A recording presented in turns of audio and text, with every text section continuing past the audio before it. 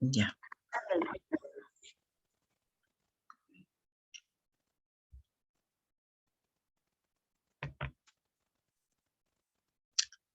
¿Se ve?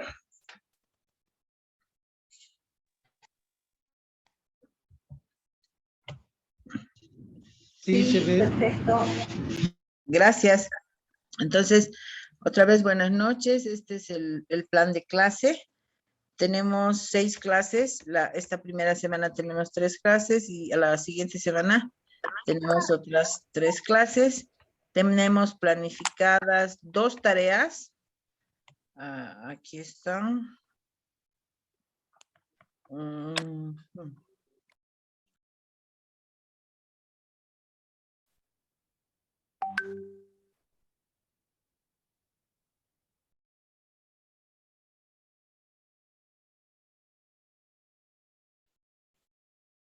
Ya, ahí está el sistema de evaluación.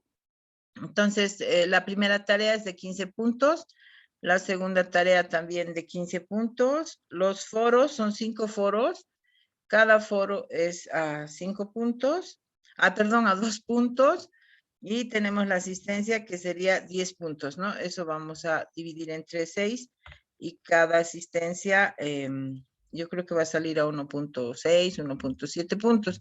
El trabajo final es de 50 puntos, ¿ya? En la tarea 1, me voy a ayudar con mi celular, que es más rápido.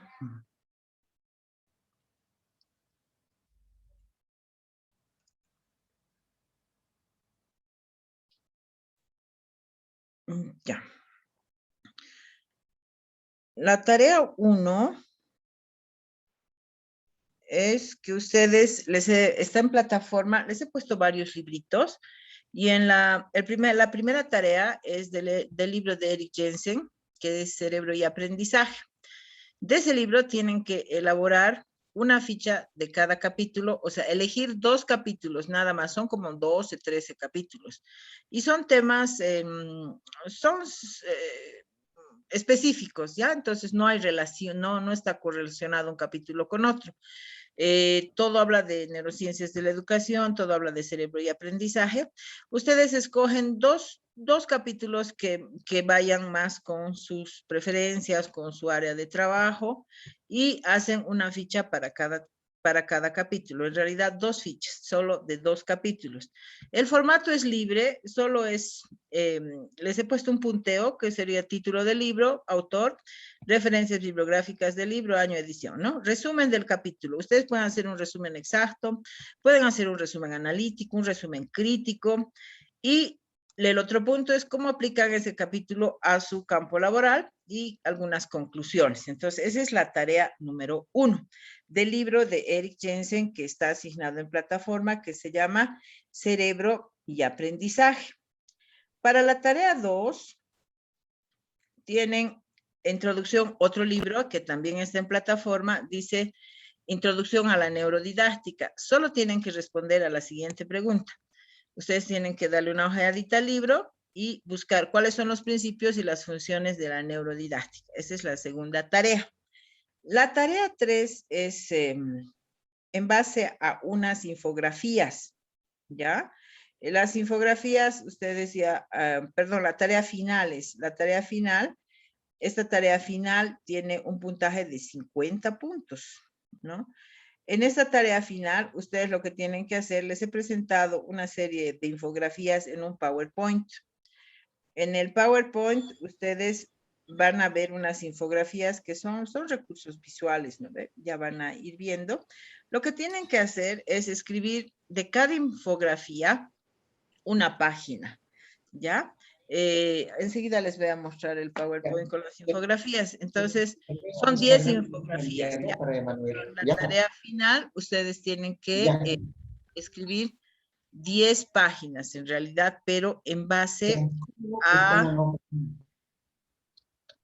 perdón, tienen que,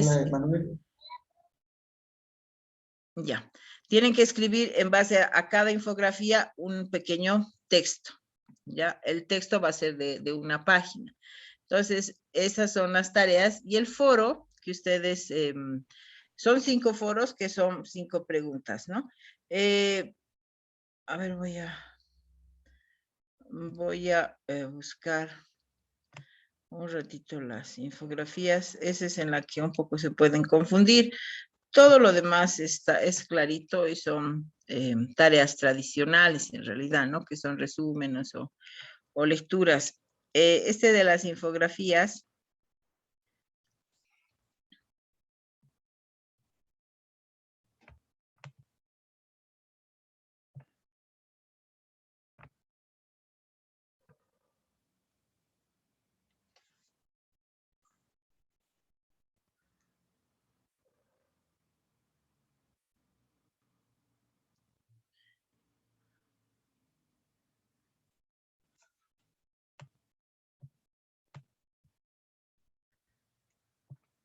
Y enseguida les voy a compartir y ya. Entonces, este es el PowerPoint, ¿se ve?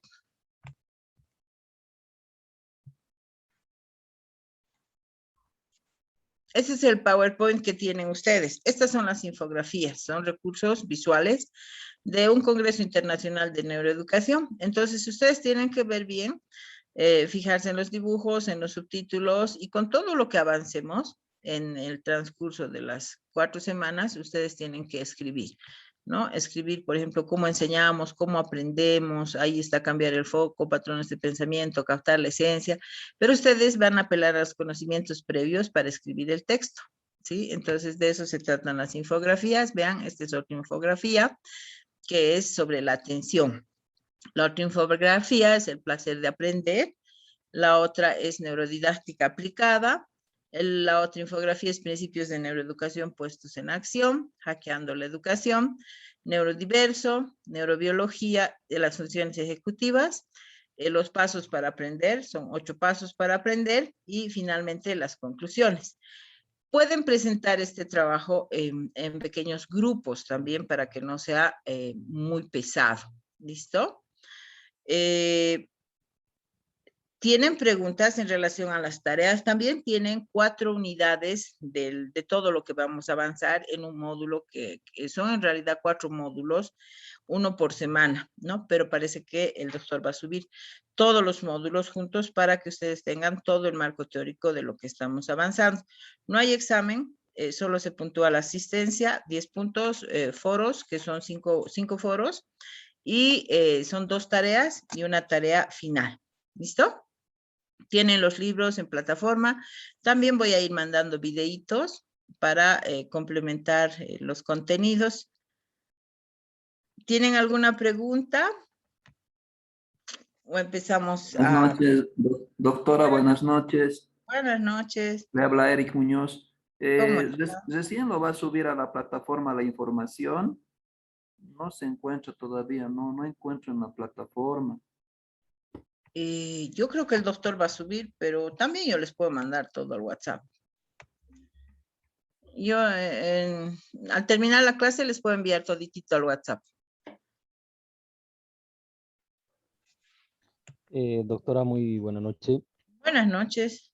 Buenas noches a todos. Doctora, una pregunta acerca del trabajo final. Las ¿Ya? infografías, ¿se va a realizar quizás de manera manual o en este caso quizás utilizando alguna aplicación? Hay una No. aplicación que, por ejemplo, es PictoChart, en la Ajá. cual se hace infografías ya en la nube. Entonces, no sé si va a ser de esa forma. No, buena su pregunta, porque en realidad no van a hacer las infografías. Ustedes de las infografías que les estoy mandando tienen que sacar texto. Por lo menos una plana de texto de cada infografía. Ya, perfecto. Estaba entendiendo mal, doctora. Muchas No, gracias. está bien su pregunta, porque a veces no soy muy clara al explicar la tarea y es mejor que tengamos claro lo que tenemos que hacer. Con eso estaría claro todo el trabajo que tendríamos para el módulo. En lo particular, sí, doctora, gracias. Listo. Bueno, entonces empezaremos a desarrollar el contenido. Por favor, siéntanse libres de de interrumpir cualquier momento, porque como tengo apoyo de las diapositivas, entonces no pierdo el hilo. Entonces me cortan nomás con toda confianza, ¿no? Les voy a explicar por qué es importante esta formación en este tema, ¿no? Aquí en la introducción ¿se está viendo el programa? Sí, doctora, se ve. Sí, doctora. Se ve. Entonces, les decía que las neurociencias desde 1990 realmente han avanzado muchísimo, ¿no? Hay tanta investigación en neurociencias y lamentablemente la educación es el área que ha entrado al último, ¿no? Siendo que el cerebro lo que más hace es aprender. Nosotros nacemos con un cerebro de entre 700, 800, 900 gramos de cerebro y con muy pocas conexiones sinápticas. Y todo lo demás, hasta llegar a 1500 gramos o 1400 gramos, son conexiones sinápticas que se van a dar en base a la interacción que tenemos, ¿no? Con el medio. Entonces, la educación, aprendemos mucho, mucho más de lo que se pensaba, no venimos con todo programado, ¿no? Ni siquiera en el área motora. Nosotros nacemos con algunas sensaciones, nacemos con, claro, todos los sentidos, pero no están desarrollados. Todo se va a desarrollar por la estimulación del medio, ¿no? Por la interacción con el medio. Entonces, hablar de cerebro y educación es como hablar de la misma moneda, dicen, ¿no? Entonces, estos avances en la neurociencia tienen que influir en la educación, ¿ya? En este módulo lo que vamos a hacer es tratar de explicar cómo se produce el aprendizaje. Vamos a ver un poco el desarrollo histórico, vamos a ver los enfoques para llegar finalmente a lo que es la neurodidáctica, ¿no? Se ha visto que este enfoque nos humaniza y les voy a ir explicando por qué. Nos lleva a comprender la diversidad. Si bien tenemos el 99% de organicidad que compartimos entre todos los seres humanos, el 1% nos hace diferentes. Entonces, este enfoque nos ayuda a entender la diferencia, ¿no? En la actividad cerebral, en la organización funcional, ya lo hemos visto un poquito en el primer módulo que hemos llevado de fundamentos, ¿no? Sin embargo, en este módulo, si bien vamos a ver los enfoques, inmediatamente vamos a entrar a una nueva postura que yo les propongo, ¿no? Nosotros estamos desde el 2012 con este enfoque tratando de organizar todo el contenido teórico y más o menos a estas alturas ya tenemos buen bagaje, ¿no? De contenido teórico, inclusive una hipótesis que se está generalizando, he estado viendo en las redes, en el internet, esta nuestra hipótesis ya se ha usado en varias investigaciones, en varias tesis, no solo en Bolivia. Entonces nosotros pensamos que desde este enfoque, como educadores, somos modificadores cerebrales, ¿no? Entonces, eso queremos justificar. Y como modificadores cerebrales, nosotros podemos modificar la actividad química, la actividad eléctrica, la estructura, las funciones mismas del cerebro. Pero para eso nosotros tenemos que tener una nueva postura, ¿no? Asumir un nuevo rol y eso es lo que vamos a avanzar en la unidad 2, ¿no? Vamos a avanzar nuestro rol como neuroeducadores.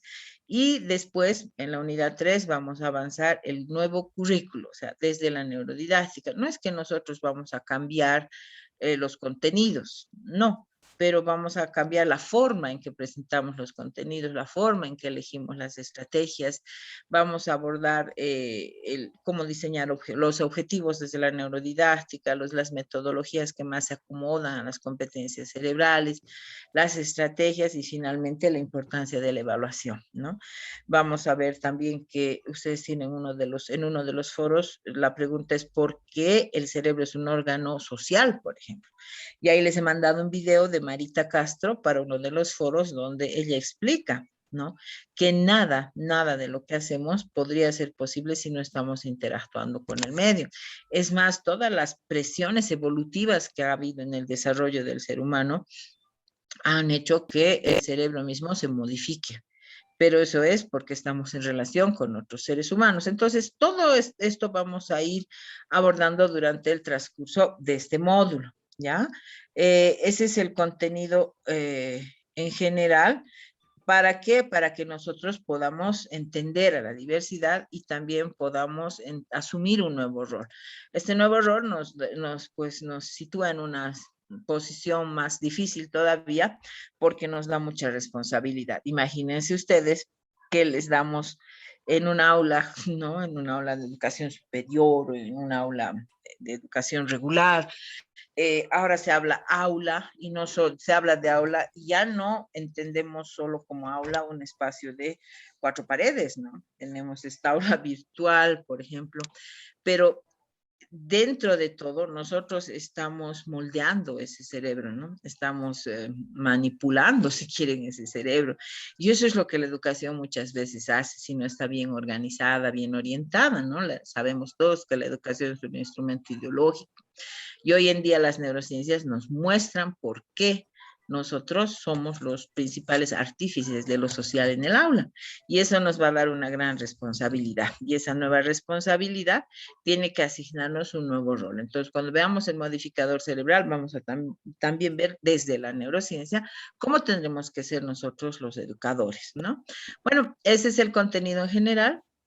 Les he mandado 3 libros, pero si gustan, si tienen alguna inquietud así específica, me avisan. Tengo una buena biblioteca virtual, entonces yo les puedo ir pasando, ¿no? Los libros.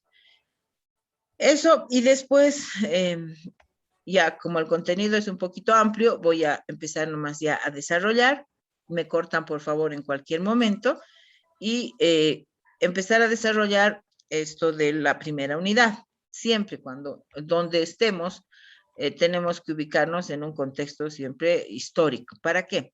Para saber de dónde venimos y en qué situación estamos y cuál es la perspectiva, hacia dónde tenemos que ir, ¿no? Entonces vamos a ver el desarrollo histórico, los enfoques y la justificación y la epistemología. O sea, ¿qué es la neurodidáctica? La neurodidáctica es una disciplina de la educación, es de la neuropsicología, de qué disciplina se nutre, es una interdisciplina. Entonces vamos a ir hablando de todo eso en esta sesión. ¿Ya? A ver, les voy a hacer algunas preguntitas, no con el fin de saber los conocimientos previos, no, simplemente con el fin de justificar si es importante o no conocer estos contenidos, ¿sí? A ver, por ejemplo, ¿quién se anima a contestar la pregunta número 1? ¿Qué sistemas de memoria estarían involucrados cuando los estudiantes aprenden datos históricos? Por ejemplo, les pongo años, presidentes, guerras, los datos históricos. ¿Qué sistemas de memoria estarían involucrados? ¿Quién se anima a contestar?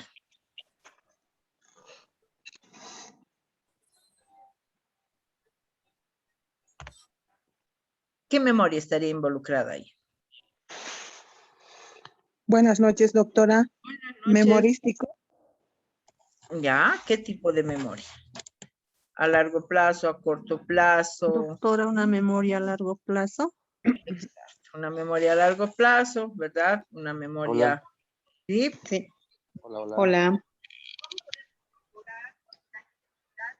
Hola, doctora. Sí, le oigo. Doctora, buenas noches, compañeros. Tal vez podemos, mucho depende del ambiente que uno se puede impartir el conocimiento hacia un estudiante. Si un estudiante recibe un aprendizaje muy significativo y valioso, puede ser un aprendizaje a largo plazo. Pero si un tema, contenido que se da sin ningún interés del estudiante, puede que sea un aprendizaje a corto plazo. Exacto, Un muy factor bien. muy importante que el maestro, cómo lo va a dar esa clase, cómo lo va a compartir. Excelente. Gracias. Sí, gracias. Doctora. Doctora, Sí. Ay, perdón. perdón. Bueno, también un poco aportando con respecto a la pregunta, si se trata de fechas históricas o de algo que hubiese sucedido, pienso que podría hablarse de la memoria a largo plazo y también esta memoria que se denomina episódica, doctora. Sí, exactamente, ¿no? Exactamente. Doctora, buenas noches. Doctora, Sí, siga, por favor. ya, doctora, buenas noches. Yo tengo entendido, o sea, de otra manera, doctora. Por ejemplo, los hechos históricos, digamos, a ver, los cuentos orales, todo aquello, tengo entendido que es un contenido que permite desarrollar espacio y tiempo. Y ahora, ese hecho, si es significativo, naturalmente tendrá que desarrollar una memoria, ¿verdad? Podría que archivar, digamos, esos datos. Solo sé que, por ejemplo, todo hecho, todo contenido, por ejemplo, novelas, cuentos, a ver, las guerras, todo aquello, simplemente digo, permite desarrollar, ¿no? Capacidades como el tiempo y el espacio. Si ese tiempo y el espacio es tan importante, por ejemplo, para el desarrollo cognitivo de la matemática, por ejemplo. Yo entiendo así, de esa manera, doctora. Súper, súper, muy bien. Doctora, ¿Sí? doctora, tengo entendido que esto de los datos históricos está más relacionado con la memoria semántica que con la memoria episódica. No sé si estoy equivocado. Sí, o sea, los datos históricos tienen que ver con la memoria semántica, ¿no? Pero si es algo autobiográfico, si es una historia personal mía, es la memoria episódica, ¿no? Los datos históricos van a estar con la memoria semántica, pero lo que decía el colega que le antecedió es que tiene un código espacial y temporal, ¿no? Siempre nos vamos a acordar de dónde y de cuándo, ¿sí? Entonces, ahí se involucran esos sistemas de memoria. ¿Cuánto tiempo debe atender con atención sostenida un estudiante de 18 años, de primer semestre de la universidad? Con atención sostenida, así sin distraerse. ¿Cuánto tiempo más o menos calcula? 15. 15 minutos. ¿Y sucedería que cada 15 minutos se tiene que cambiar de materia? ¿O 15 minutos tendría que durar la clase? ¿Qué opina? Doctora, buenas noches. ¿Sí? Sí, bueno, le habla José Castillo. En realidad, creo que son 25 minutos los cuales una persona puede atender de manera sostenida. Y después de eso ya, de alguna forma, va, digamos, perdiendo, ¿cómo decirle? A ver, perdiendo esa capacidad, ¿no? Porque lamentablemente nuestras funciones tienen un cierto tiempo, ¿no? Entonces, lo que hasta donde pude saber es que para que pueda, digamos, un estudiante volver a captar algo, tendría que cambiar de alguna actividad.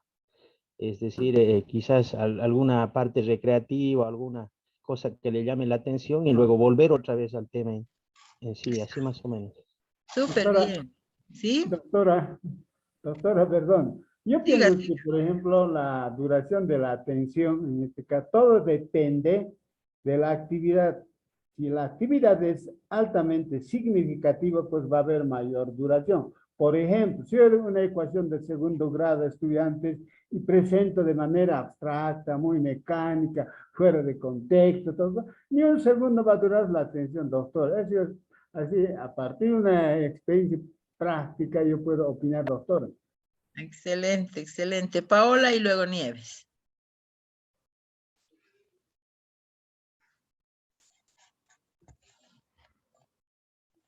O la manito era para la anterior pregunta. Paola.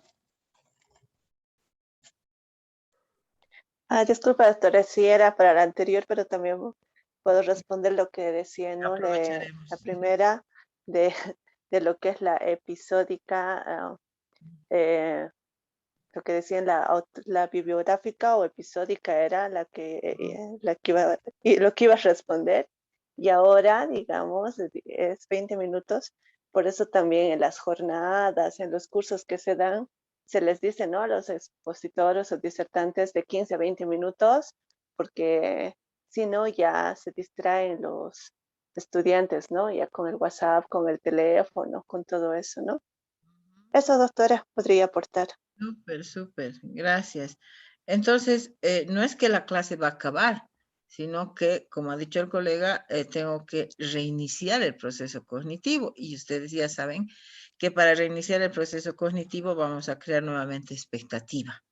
Vamos a generar motivación, vamos a captar su atención, vamos a apelar a sus percepciones, vamos a ir a los conocimientos previos, enlazar con los nuevos, la memoria, vamos a hacer que razonen, que comprendan, que creen, que resuelvan problemas y finalmente den lugar al producto, a la respuesta cognitiva, ¿verdad? Otros 20, 25 minutos y otra vez tengo que reiniciar el proceso cognitivo. Entonces así los voy a mantener atentos, ¿no? Y vamos a ir aprendiendo, porque si yo voy de golpe, no, o sea, si voy de golpe con el contenido como una ametralladora, entonces además que ni es significativo, como decía el otro colega, entonces no va a haber atención, ¿ya? Bueno, ya hemos visto qué pasa cuando el contenido no es significativo, ¿sí? A ver, ¿qué me dicen? ¿Qué importancia tendrá la postura corporal en la atención de los alumnos de toda edad? ¿Quién se anima?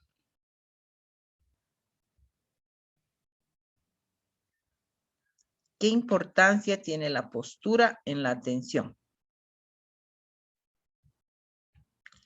¿Será que puedo pasar clases desde mi cama? ¿Cuánto me durará la atención?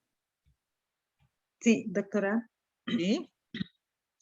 Bien, considero que es un fenómeno que actualmente muchas de las unidades educativas, o más bien la modalidad en la que se encuentran trabajando muchas unidades educativas, está dando justamente estos resultados del modo de atención de los estudiantes. Creo que no está fallando tanto así la modalidad como tal, sino que la forma de atender desde el hogar esta modalidad, ¿no? Porque tiene mucho que ver, o sea, es vital, no por nada las aulas están contextuadas de esa manera, ¿no? A veces incluso hay asientos individuales, ¿no? Y digamos, me parece lo más adecuado a veces, y solo cuando hay trabajo en equipo, entonces los chicos podrían reunirse, ¿no? Para tal vez trabajar de esa manera. Pero en realidad la postura como tal tiene mucho que ver con todo el sistema, justamente neuronal y demás, ¿no? Porque el trabajo de todo el sistema nervioso es directamente proporcional, ¿no? A la forma de exposición de la persona que tiene que atender algo. Entonces, reitero, ¿no? Actualmente las clases a distancia o virtuales o como quiera llamarse, no están dando resultado por esto, ¿no? Y estamos viendo en muchos memes o por las redes sociales y demás, que en efecto, ¿no? Algunos no toman definitivamente en serio estas clases y por tanto no va a haber resultados. Juega un papel importante, doctora. Súper, muy bien. Israel. Doctora, ¿Sí? Buenas noches, Buenas noches. doctora. Sí, la importancia tiene que ver mucho en la postura, en la atención, porque una buena postura es aquella que relaja todos los músculos, las articulaciones. Por ejemplo, los estudiantes tienen que estar sentados con la rodilla a una inclinación de 45 grados, de la misma manera que la espalda, con, con relación a la silla, ¿no? Y si en un momento un estudiante tiene que leer un texto, es mejor si es que lee a una distancia de unos 30 centímetros. Además, la postura beneficia mucho a la concentración, porque una buena postura también significa que esa persona tiene una buena inteligencia emocional. Eso sería, doctora. Interesante, sí. doctora, ¿Sí? ¿Puedo buenas participar? noches. Siga. Ya, doctora. Bueno, a partir de de un contexto real. Resulta de que está un proyecto FICA. Y bueno, resulta que yo soy educador, soy maestro, entonces vamos a hacer una demostración. Prácticamente yo trabajé en la normal Simón Bolívar. Entonces vamos a una escuela y bueno, resulta de que todos deben ir con corbatita, las damas con su faldita, todo bien, ¿no? Cambiaditos, etcétera, etcétera. Llegamos a la escuela y bueno, la señora que nos estaba demostrando, es bueno, a ver, vamos a hacer esta postura, o sea, con los niños. Dicen, entra al aula, niños, levanten los pies arriba, arriba, ahora los brazos, mueve la cabecita, que cual. Ahora te toca. O sea, la señorita que está formándose para ser maestra. Muy bien, la señorita que está formando para maestra tenía su faldita y demás cosas. Cuando dice, levanten los pies arribita, ya no podía. Miren, ya no podía. Es cuán importante, primero, contextualizarse y a partir de ello, considerar la postura. Yo veo, por ejemplo, hoy en día, bueno, estoy siempre permanentemente haciendo un trabajito de investigación y veo, ¿no? En el campo, por ejemplo, yo veo maestros con corbatita, bien planchadito su traje y demás cosas, uniformaditos y demás cosas, ¿no? Entonces, ¿qué pasa esto? Y en este momento usted reflexiona profundamente cuando usted plantea qué importancia tiene la postura en la atención. Y muy bien, sabemos que es tan importante esto, ¿no? La clase tiene dinámica, activa, participativa. Y ahora, por ejemplo, el compañero que antes habla de aula virtual. Considero que la aula virtual no hay ninguna diferencia con una aula así abierta que están viviendo. Porque una aula virtual tiene exactamente, tiene interactiva, tiene que haber actividades, tiene que haber dibujo, tiene que haber psicomotricidad y demás cosas, lectura y demás cosas. De esta manera, entonces, va a ser el aprendizaje, va a ser altamente significativo. De lo contrario, no, sino yo digo, siempre hago una crítica, ¿no? Como la señora periodista Miriam Claros, se sienta en la pantalla, bla, bla, bla, bla, bla, bla, bla, bla, y así estamos dando nosotros como una clase virtual, por consiguiente, nuestro aprendizaje. Entonces, termino, doctora. Yo creo que es de mucha importancia este punto, a mí me llama profundamente a la reflexión de poder cambiar. Yo tengo que también, como educador, tengo que cambiar esta posición, de postura en la atención que limpia. Me fascina, doctora, gracias, disculpe. Súper, súper, qué interesante su, su participación, ¿no? La postura, ¿alguien más quería opinar? Sí, doctora, buenas noches. Buenas Te habla noches, Johnny. ¿cómo está? ¿Me escucha, doctora? Sí, sí, perfectamente.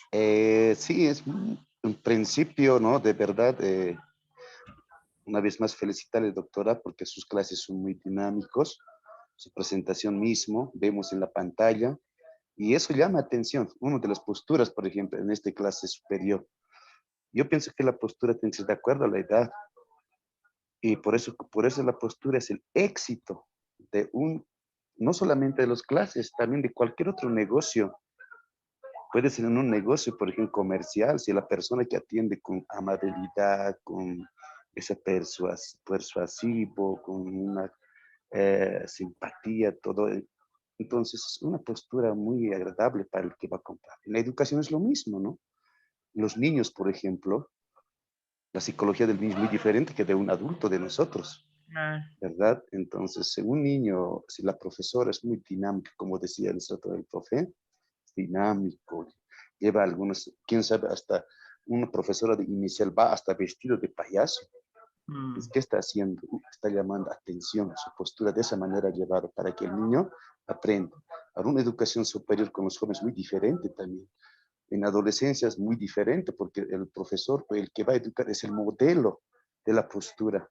Muchas veces dicen verdad porque hasta estamos enseñando esta forma de parar nosotros, hasta forma de hablar, porque ellos aprenden del maestro, el que está en el frente.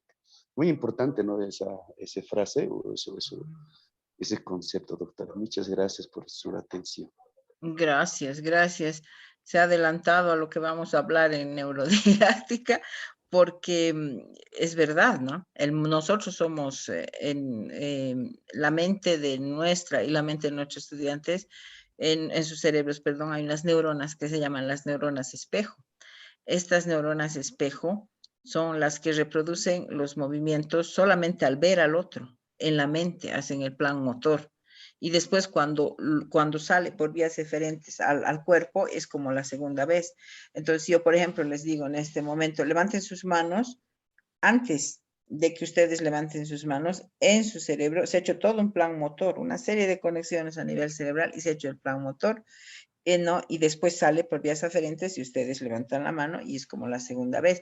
Por eso el modelo es una técnica, es una estrategia de enseñanza, porque todos han dicho y todos sabemos, ¿no? Acaba de decirlo el colega, dice, de nuestra postura va a depender, ¿no? O sea, hablando no solo de lo físico, ¿no? Porque la postura a nivel físico tiene su importancia. Básicamente, cuando nosotros se supone que el aula no tiene que ser pues quieta, quieta, quieta, pero en los momentos en los que tenemos que estar sentados, donde hay presentación de contenido, ¿no? Luego vendrá la dinámica, la aplicación y nos podemos mover porque tampoco podemos estar todo el tiempo sentados, ¿no? La postura es pues, es fisiológica la explicación. Cuando yo pongo los pies firmemente apoyados en el piso, especialmente en los jóvenes y en los más chiquititos, o sea, propioceptivamente, o sea, me entra la información, ¿no? Por los tendones, por las articulaciones, por los músculos, eh, entra la información en forma cruzada. Entonces, la tensión que hace mi pie y la postura que tiene mi pie, digamos así, todo en 90 grados, entra a este lado. De mi pie izquierdo entra al otro lado. Entonces, hay integración en las zonas motoras de mi cerebro. Eso por un lado. Y lo mismo pasa si las dos manos están sobre la mesa y yo básicamente tengo que tener la mirada en línea media. Y esto, por ejemplo, ahora con esto de las clases virtuales es bien difícil. Yo alguna vez me he colado unos ojos arriba de la, arriba de la pantalla, de la cámara, de la laptop, porque al comienzo miraba yo por todo lado, porque estábamos acostumbrados a movernos, ¿no ve? En el aula. Y sentarnos horas de horas frente al ordenador ha sido pues todo un ejercicio de la plasticidad de nuestro cerebro. Entonces yo al comienzo miraba por todo lado y como en el Zoom uno se ve, me he colado unos ojitos pues para mirar fijamente a la cámara, ¿no? ¿Por qué? Porque nuestro cerebro, saben que no produce su propia energía. Entonces, si estoy así, mi cerebro trata de hacer acomodaciones posturales para organizar el plano espacial, porque el plano espacial está organizado en 4. Derecha arriba, derecha abajo, izquierda arriba, izquierda abajo, y mi cuerpo es el punto cero frente al espacio, ¿no ve? Entonces es muy importante la postura, porque si mi cuerpo es el punto cero frente al espacio, todo el plano espacial, plano gráfico, el plano virtual, el plano social, está organizado en esas coordenadas. Entonces, y si además estoy sentada, ¿no? Con la espalda bien erecta, firmemente apoyada, se dice que hay mejor circulación, o sea, hay oxígeno de mejor calidad. Entonces el cerebro se alimenta de oxígeno y como el cerebro no produce su propia energía en actividad cortical, que es superior cuando estamos resolviendo un problema, en un debate o organizando la información, dando respuestas, creando, etcétera, entonces el cerebro necesita ahorrar su energía, ¿verdad? Entonces la postura que hace nos desgasta, la mala postura nos desgasta, porque el cerebro básicamente trata de hacer acomodaciones posturales para organizar el plano espacial, ¿no? Y si estamos escribiendo así echados sobre el pupitre, digamos, alguna vez les ha debido pasar, nos cansamos más. ¿Por qué? Porque igual el cerebro trata de ubicar las coordenadas espaciales y gasta energía que no produce, ¿no? Entonces, todos estos temas son temas de la neurodidáctica, ¿ya? ¿Para qué les hago estas preguntas? Para que respondamos a que es necesario entonces que nosotros nos actualicemos para que comprendamos los mecanismos cerebrales que subyacen al aprendizaje, a la memoria, al lenguaje, a cómo percibimos la información, al movimiento, a la atención, a las emociones, a todo lo que el medio ofrece, ¿no? Si nosotros analizamos todo esto, tendríamos que responder, ¿no? Al finalizar el módulo, ustedes tienen que saber claramente si serán necesarios los conocimientos de las neurociencias para mejorar la educación. Aquí nosotros tenemos algunas ventajas frente a los neurocientíficos. Los neurocientíficos tienen la neurotecnología. Ellos tienen la resonancia por emisión a positrones, tienen los instrumentos de la neurobiología, tienen las tomografías axiales computarizados, la tomografía por emisión de positrones, las resonancias magnéticas. En síntesis, tienen un montón de tecnología. En la actualidad se puede ver cerebros en pleno funcionamiento. Antes teníamos que esperar que una persona muera, ¿verdad? Para correlacionar la clínica con la parte orgánica, ¿no? En cambio, nosotros tenemos una ventaja. Tenemos la ventaja de que el material humano, o sea, los estudiantes están con nosotros mucho tiempo. Podemos ir verificando estas investigaciones o los resultados de estas investigaciones. Entonces, desde nuestra postura, desde la postura del posgrado de la UPEA, se ha visto por conveniente integrar este módulo, por ejemplo. En vez de dar didáctica pura, se está integrando con la neurodidáctica. ¿Por qué? Porque se ha visto que aquí dice que los profesionales, la diferencia. A ver, vamos a apagar.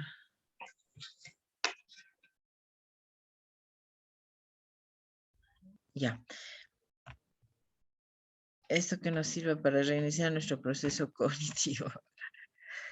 Ya se ha visto que los profesionales que quieren marcar diferencia en este nuevo milenio tienen que conocer las competencias del cerebro humano, ¿no? ¿Para qué? Para enseñar en base a las competencias del cerebro humano. O sea, ¿cómo podemos nosotros transformar el cerebro?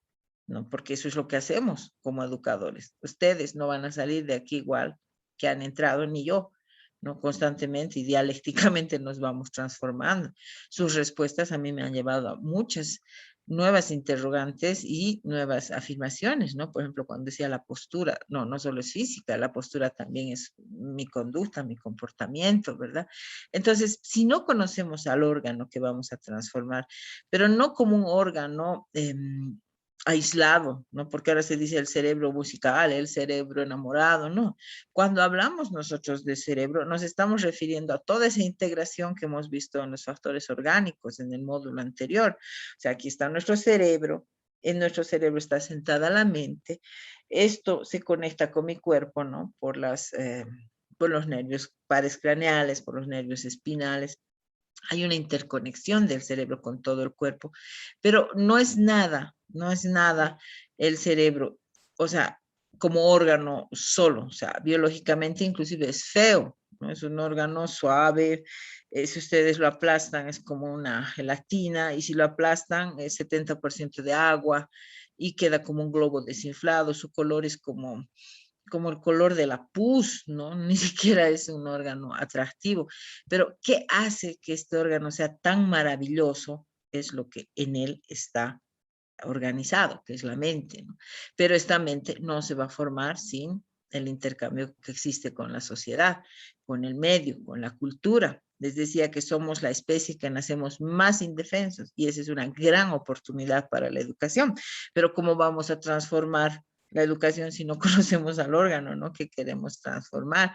Entonces, este enfoque que vamos a desarrollar en este módulo nos va a llevar a entender la diversidad humana, ¿no? He querido poner este gráfico porque ahí vemos la diversidad. No estamos hablando de razas, estamos hablando de diversidad. Cada ser humano, ¿no? Con ese 1% que nos diferencia, es diferente de otro. A tal grado es la diferencia que hay un estudio de unas gemelas monocigóticas que han nacido del mismo óvulo, del mismo espermatozoide y además son craneópagas, es decir, están unidas del cráneo, o sea, comparten el mismo cerebro. Y miren cómo se diversifica, o sea, cómo se individualiza cada ser humano, que la una es súper alegre, le gusta oír música, y la otra le gusta leer, no le gusta la música. En el mismo cerebro, ¿no?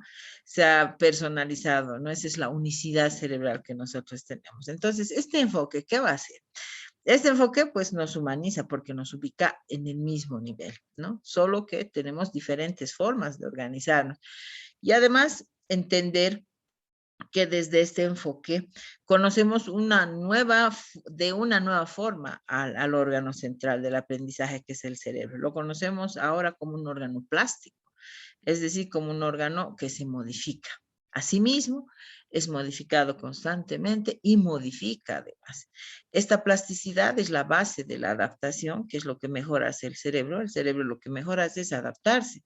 Imagínense nosotros saliendo de esta pandemia, ¿no? ¿Qué hubiese sido si teníamos un cerebro rígido, un órgano rígido que no se podría adaptar? Ya hubiésemos desaparecido, ¿verdad? Hoy en día la flexibilidad cognitiva es también un indicador de inteligencia, ¿sí? Entonces, si queremos marcar la diferencia, nosotros tenemos que tener estos conocimientos. ¿Pero para qué?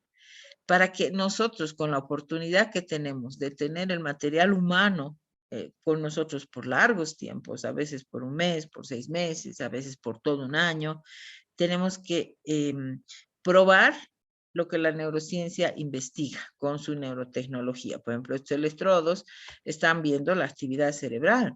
Nosotros no podemos hacer eso, pero podemos analizar cómo piensa, ¿no? Podemos hablar con él, o podemos hacerle responder algunas preguntas, o hacerle hacer un dibujo, o que complete alguna frase. Alguna actividad podemos hacer que nos dé cuenta de cómo está procesando.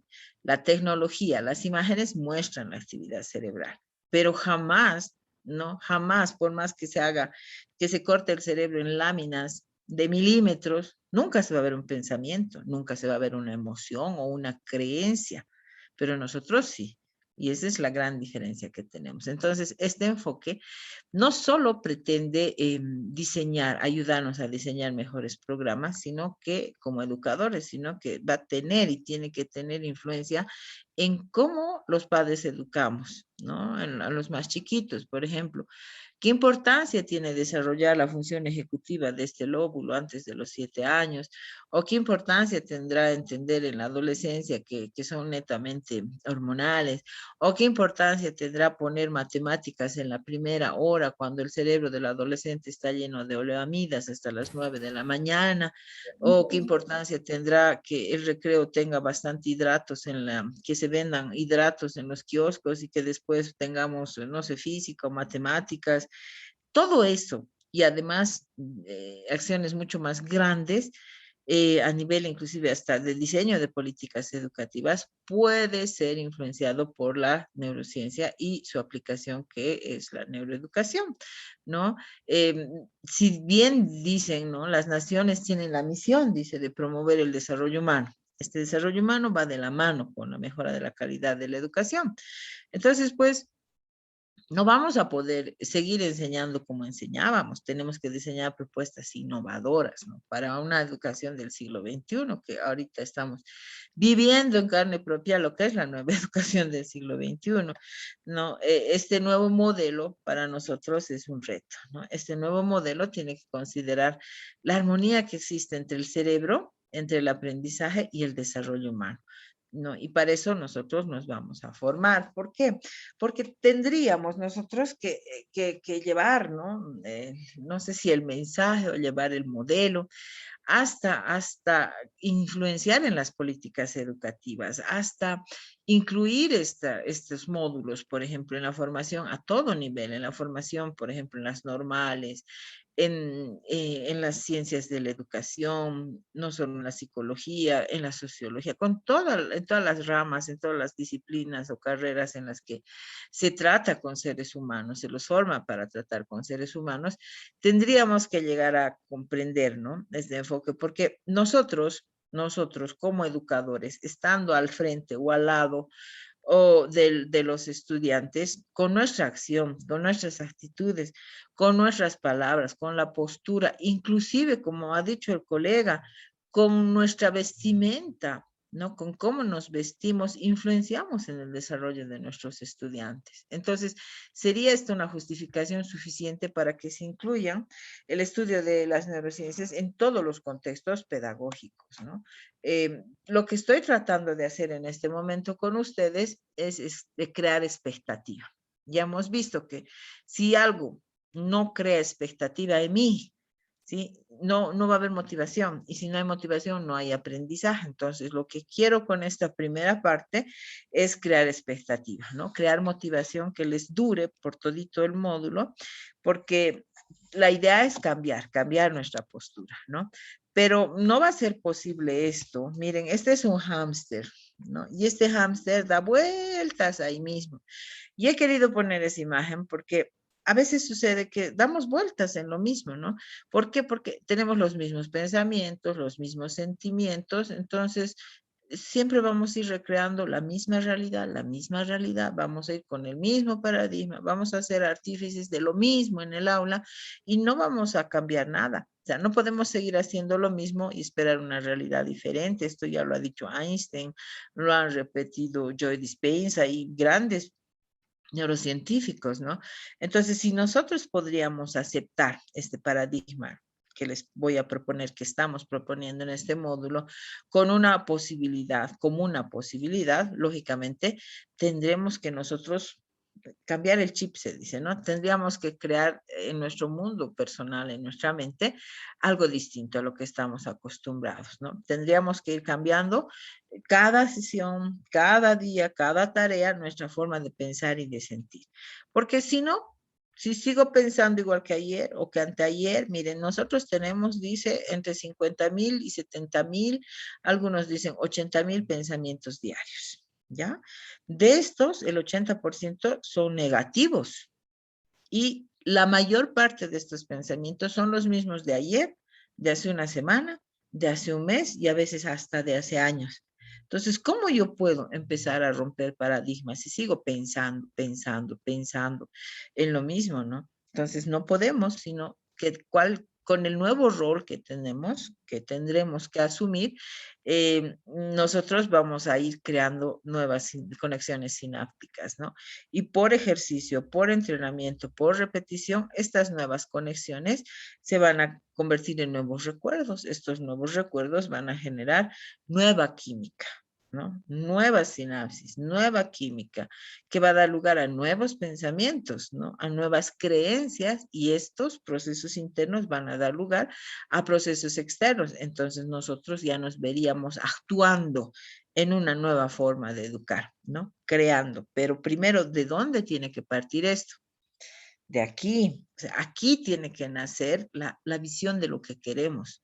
A partir de la visión de lo que queremos, recién va a cambiar nuestra mente, la química, nuestra sinapsis, ¿no? Y si nos apasionaríamos por esta visión y nos centramos en el futuro, o sea, vamos viendo el futuro, no en el pasado, ¿no? O sea, es que sí, es que la educación tradicional, no, veremos qué tipo de educación queremos hacer. Entonces, vamos a producir nuevos pensamientos, ¿no? Entonces, la esperanza de este módulo, lo que estoy queriendo crear, les repito, es expectativa, ¿ya? Espero yo que estos contenidos nos den nueva información, que realmente produzca en nosotros nuevas formas de pensar. Y repito, porque el aprendizaje no es una sola vez, ¿de acuerdo? No es una sola sinapsis, hay que seguir repitiendo, pero y estas nuevas formas de pensar que generemos con estos contenidos nos lleven a tomar a formular nuevos pensamientos, ¿no? Estos pensamientos nos van a formular, por ejemplo, nuevas opiniones, estas opiniones, nuevas elecciones, estas nuevas elecciones, nuevas decisiones, y todo esto, igual, procesos internos, ¿cómo se va a ver en nuestro cambio de conductas, cambio de actitudes y cambios de comportamiento? ¿Sí? Entonces, estas nuevas experiencias que nosotros vayamos innovando, nos van a dar otra vez, vean, nuevas emociones que van a crear nuevas sinapsis, nuevos pensamientos, y así nomás vamos a romper los paradigmas. Pero si seguimos pensando como pensábamos ayer, anteayer, hace un mes, vamos a estar como el hámster, ¿no? Dando vueltas. ¿Por qué? Porque si nuestro cerebro es una grabación del pasado, es como una cinta, ¿no? De esas antiguas, donde se pasaba el cine, las películas, nunca vamos a ingresar a este nuevo futuro, ¿no? Porque si las experiencias son las mismas, los sentimientos son los mismos, las emociones son las mismas, mi actividad, mis actitudes, mis conductas, mis comportamientos son los mismos, ¿no? Entonces, ahora sí, ya finalizo con esta parte de crear expectativa. Yo espero que con esta nueva visión de la educación, nuestros cerebros creen nuevas redes neuronales, ¿ya? Activando nuevos químicos que darán lugar a nuevas emociones y nuevos sentimientos. Cuando nosotros sintamos estas nuevas emociones que van a ser motivaciones, entonces vamos a crear una nueva memoria a largo plazo, nuevos contenidos que no solo se van a quedar aquí, van a condicionar a todo el cuerpo. Y todo nuestro cuerpo, o sea, todo lo que aquí se cambie, va a dar lugar a nuevas conductas, nuevas actitudes y nuevos comportamientos. Y entonces sí, realmente nos vamos a convertir en actores de este nuevo estilo de educación que tenemos que hacer. Todos estamos de acuerdo en que la educación tiene que cambiar. Pero ¿dónde va a empezar el cambio? No es con una política educativa. Si bien tenemos que impactar en las políticas educativas, sí, pero no es con una política educativa. Es desde aquí. Aquí tiene que empezar el cambio. Nosotros somos 52 participantes, ¿no? Imagínense que de los 52 participantes, 15 nomás queden convencidos de utilizar este enfoque. Esos 15 geométricamente influencian a otros y esos otros a otros y se va a dar el cambio. La prueba clara, por ejemplo, es incluir este módulo en los doctorados de la OPEA. ¿Cómo? Con jóvenes que han sido mis alumnos en la universidad y que ahora son doctores, postdoctores, claro, yo ya estoy pues viejita, ¿no? Entonces han sido hace años mis alumnos, pero con esa visión. Y miren cómo han ido a impactar ya en 2 universidades, porque ellos se han apropiado de este enfoque, ¿no? Y hemos construido juntos la teoría. Entonces, vean, tenemos un reto, ¿ya? Tenemos un reto que espero me acompañen en este recorrido, ¿no? Básicamente tenemos que apasionarnos por esta visión, porque un educador apasionado es aquel que cambia todos los procesos mentales, ¿no? Porque transmite su pasión, se emociona y los participantes se emocionan, ¿no? Entonces ustedes van a tener al salir del aula presencial, siempre van a tener estudiantes que les pregunten o inquietos, ¿no? Eso es lo que buscamos, ¿ya? No sé si tienen comentarios, preguntas hasta aquí para empezar ya con el desarrollo histórico. Esta parte era crear expectativa, crear motivación. Espero se sientan motivados y que la motivación les dure, ¿no? Para todo este tiempo, todo este mes que vamos a estar juntos, ¿ya? ¿Tienen algún comentario, alguna pregunta? Sí, doctora, benigno. Benigno. Doctora, bueno, yo hasta este momento he asimilado lo siguiente. Uno, que usted con su presencia, con la presentación de los demás, nos ha generado el deseo de aprender. Y ahora estoy entusiasmado, doctora, deseo de aprender. Pero también usted ha generado en mí, por ejemplo, las posibilidades de aprender, ¿no? En fin, yo creo que es importante este enfoque, doctora, que pongamos, digamos, en praxis. Pues, a veces somos muy tétricos, muy pasivos, muy, no sé, muy tradicional, doctor. Hasta aquí yo puedo llegar. 2 cosas ya similares, ¿no? Uno, el deseo de aprender y las posibilidades que tengo que aprender. Me está generando usted las amplias posibilidades de que voy a aprender de manera óptima este nuevo enfoque que se llama neurodidáctica, doctora.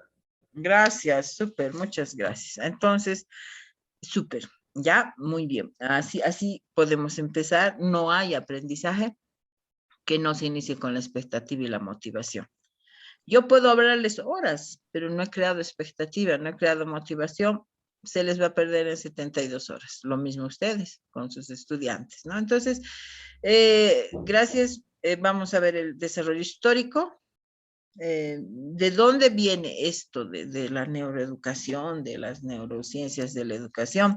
Bueno, desde siempre, ¿no? Desde siempre el ser humano ha tratado de encontrar al órgano que producía los pensamientos. Siempre ha sido esa la inquietud de los seres humanos, ¿no? Y ha sido la filosofía, pues, la que se encargaba de todo esto. Pero miren, dice ya los egipcios, vean aquí, los egipcios ya tenían conocimiento de los órganos del cuerpo, pero ellos decían que la mente estaba en el hígado, ¿no? Aristóteles ya atribuía al corazón las funciones del cerebro. Aristóteles, entre otras, ha sido el primero que ha descrito los 5 sentidos, ¿no? Han habido, Galeno, por ejemplo, en el siglo II, ya hacía disecciones en cabras y macacos, investigaba, quería ver en el cerebro la imaginación, la razón y la memoria. Hipócrates ya decía, no, es en el cerebro y tienen que saber que del cerebro vienen las alegrías, los placeres, las risas y las bromas. Y ya Descartes veía el cuerpo humano como una máquina perfecta, ¿no? Él decía, Descartes ha dividido un poco el cuerpo del alma, y el alma, en el alma en realidad ponían donde estaban las emociones, los sentimientos, la inteligencia, y ha dado un gran avance, ¿no? Pero también ha habido grandes errores. Por ejemplo, Descartes ha estudiado mucho la glándula pineal, y la glándula pineal es una bolita, ¿no? Chiquitita que está en el cerebro, pero sucede que en esas épocas pues no se podía, no tenían la neurotecnología, tenían que esperar que la gente muera, robar sus cadáveres, eso hacían los neuroanatomistas, y dice que pagaban pues un montón de dinero por cadáveres. Entonces, ¿de quiénes robaban los cadáveres? Miren, los cadáveres robaban, vean esto, esta diapositiva, estas son criptas, y estas criptas no eran pues como para dar misa o como santuarios, no, era para proteger a los muertos. Entonces aquellos que tenían dinero hacían criptas y nadie podía entrar.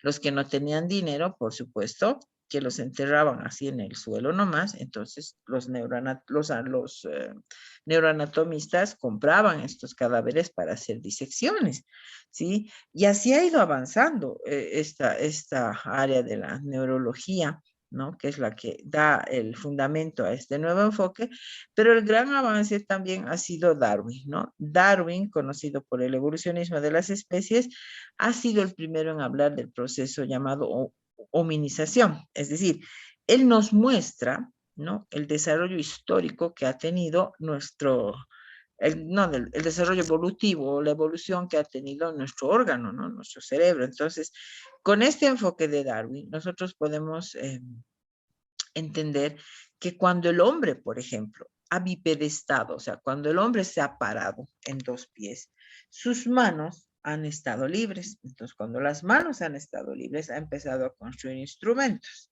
Y ahí ha habido una presión evolutiva, ha crecido un poco más el cerebro. ¿Y qué parte ha crecido? Esta parte, que es la zona prefrontal, ¿ya? Y es la que nos diferencia de los antepasados de Darwin. No, yo no quiero que sean mis antepasados, ¿no? De estos simios, ¿no? Pero otra presión evolutiva que ha sido que como el hombre se ha parado, de pronto ha visto a otros seres humanos y ha empezado a mirar a los ojos del otro. Entonces, cuando el uno y el otro se han mirado, han empezado a entender las intenciones del otro, han empezado a hacer anticipaciones, y ahí ha nacido toda la teoría de la mente, que es hacer eso, predicciones, anticipaciones, entender al otro ser humano sin hablar. Y posteriormente otra presión evolutiva ha sido el vivir en comunidad y querer comunicarse, y ha aparecido el lenguaje. Entonces han sido presiones evolutivas desde este enfoque de Darwin que han hecho que nuestro cerebro vaya siendo cada vez más diferente, ¿no? Y bueno, así ha sido la historia. Y lo último, ya en 1891, Golgi primero ha hecho una tintura, ¿no ve?, para las células, y ha sido Santiago Ramón y Cajal que ha utilizado esta tinción para las células del cerebro y las ha denominado las mariposas, ¿no? Las mariposas del alma, y él ha tenido neuronas, ha encontrado varias formas de neuronas, y lo que nosotros conocemos es esta, ¿no? Sin embargo, se ha visto, él ha logrado determinar varios tipos de neuronas, ha visto los astrocitos, por ejemplo, son los que nutren a las neuronas, y ahí se ha avanzado mucho, ¿no?, en este conocimiento. Y finalmente, ya en el siglo anterior, en 1988, en una universidad de Alemania, en Freiburg, un profesor llamado Gerhard Preis ha creado el término neurodidáctica, ¿sí? Antes, ya en 1960, se ha hablado mucho de neuropsicología, ¿no? Luria, por ejemplo, nos hablaba de la neuropsicología. Él decía que no se puede parcelar el cerebro para estudiarlo como un mosaico, así, ¿no? Sino que funciona como unidades, pero es Gerard Preis, perdón, que ha acuñado el término neurodidáctica. Entonces, ¿qué es la neurodidáctica? Él ha dicho que si se unen la psicología, la pedagogía, más los avances y los resultados de las investigaciones de las neurociencias, entonces pueden hacer una nueva disciplina, que sería llamada como una interdisciplina, ¿verdad? ¿Por qué? Porque está en la intersección de la psicología, la pedagogía y las neurociencias. Entonces, una interdisciplina que nos explica, ¿no? Nos explica cómo aprende el cerebro en base al conocimiento del propio cerebro. Y entonces él ha creado este término llamado neurodidáctica, ¿ya? Paralelamente, otro hito del libro que ustedes tienen, ya van a tener en plataforma, les voy a enviar al WhatsApp. Eric Jensen es un americano que él ha escrito un libro que ha revolucionado, ¿no? Que es la educación basada en el cerebro. Entonces, él habla de estrategias, él habla de cómo se integra el cerebro, él habla del neurodesarrollo, habla de la importancia del movimiento, habla de la importancia de la atención. Entonces, él revoluciona, ¿no? Con este su libro, aparecen 2 libros más de él y aparece toda la ola de las neurociencias de la educación. Todavía se habla mucho de la neuroeducación o neuroaprendizaje, ¿sí? Pero vamos a ubicar dónde está la neurodidáctica, ¿no? Leslie Hart, por ejemplo, es también otra neurocientífica que ha trabajado mucho sobre el cerebro, y ella ha dicho cómo se puede diseñar un guante sin nunca haber visto una mano. Y lo que nos ha pasado a nosotros los educadores es que hemos enseñado siglos, ¿sí? Sin conocer al órgano del aprendizaje. Y ahora es nuestra oportunidad de conocer, ¿no? Entonces, vean, estamos en la era bueno, ya ha pasado, de 1990 al 2000 ha sido la era de las neurociencias, ¿no? De 1000 investigaciones, 700 investigaciones eran en neurociencias. Y entonces he empezado a conocer, ¿no? Las competencias que tiene el cerebro y cómo el cerebro aprende.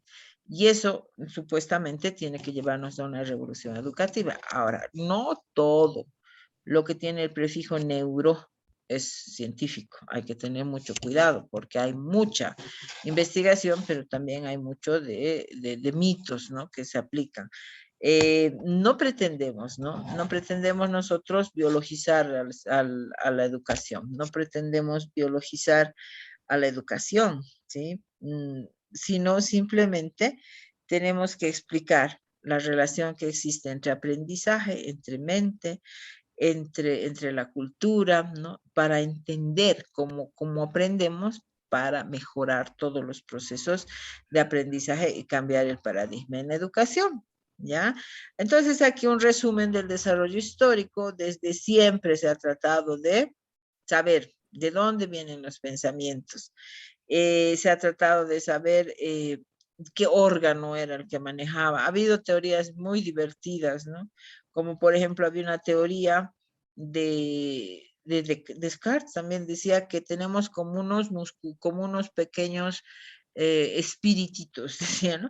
Que entran y que salen por la nariz y que vuelven a entrar por la boca y que dan vueltas, decía, y que vuelven a entrar. Claro, él estaba haciendo referencia, imagínense en qué época, ¿no? No había la tecnología ni el avance, pero él ya estaba hablando de toda, o sea, él ya hacía mención a que nuestro cuerpo, por nuestra sangre, circulaba, que había la circulación, ¿no? Entonces, ya ha habido así teorías muy, no sé, radicales. Por ejemplo, la frenología. La frenología ha sido una disciplina, ha sido un enfoque que empezaron, por ejemplo, Broca detecta un área, ¿no? Tenía un paciente que se llamaba Tan. Broca era un neurólogo, no era un médico especializado en temas del cerebro. Él le llegó un paciente y la única palabra que tenía era tan, tan, tan. Muere el paciente y entonces le operan y encuentra que había una lesión en el hemisferio izquierdo en la zona motora. Entonces le ponen área de Broca. 2 años más tarde, Wernicke tenía otro paciente que no entendía nada, pero hablaba como lorito. Entonces encuentran que aquí era el lenguaje de la zona de la comprensión del lenguaje. Y así van buscando áreas en Occidente, ¿no? Sí, en Occidente. Mientras en Rusia hay pues otro enfoque. Ahí se hablaba, Pavlov, por ejemplo, decía, no, es que no puede funcionar el cerebro así, como una suma, es mucho más complejo este órgano, ¿no? Entonces, este enfoque frenologista, por ejemplo, ha llegado a extremos tan grandes como que, por ejemplo, una mujer en esas épocas había asesinado a su hijo. Entonces, Ferrier va y le mide el cráneo a la mujer y ubica que su cráneo era prominente. Entonces dice, las mujeres con la nuca prominente son malas madres. Y encuentra, por ejemplo, un señor calvo, así súper calvo, y dice, los calvos son amantes, son buenos amantes, ¿no? Y así, y dice que va por toda Europa, él con su frenología, haciendo tipologías, ¿no? De acuerdo a la forma de la cabeza, dando tipologías de los seres humanos. Entonces, el ser humano siempre ha tratado de ver de dónde viene, de cómo pensamos, qué nos caracteriza, ¿sí? Pero aquí les he puesto a Thomas Willis, que marca un hito, un antes y un después en la neurología. Hasta antes de Thomas Willis, 1850 más o menos, no se podía separar alma de cuerpo, o sea, no, porque era pecado, ¿verdad? Eran quemados, no se podía avanzar, la ciencia no podía avanzar. Entonces, Thomas Willis, que además era amigo del cardenal de Canterbury, creo que se pronuncia, él era amigo, va y le dice, es que hay un alma espiritual y hay un alma carnal, dice, ¿no? Entonces logra dividir, permite, o sea, la iglesia, el clero, permite que se empiece a estudiar la materia, o sea, al cerebro, ¿ya? Y a partir de eso empieza la neurología a avanzar. Algo que ha impactado y que ustedes saben cuando por el cerebro social que tenemos, esta historia les va a hacer despertar también. Este señor, a ver si puedo agrandar. Este señor se llama Freeman, ¿ya? Si ustedes ven aquí, este Freeman, ¿qué está haciendo? Ay. Esto debía poner en una sola diapositiva.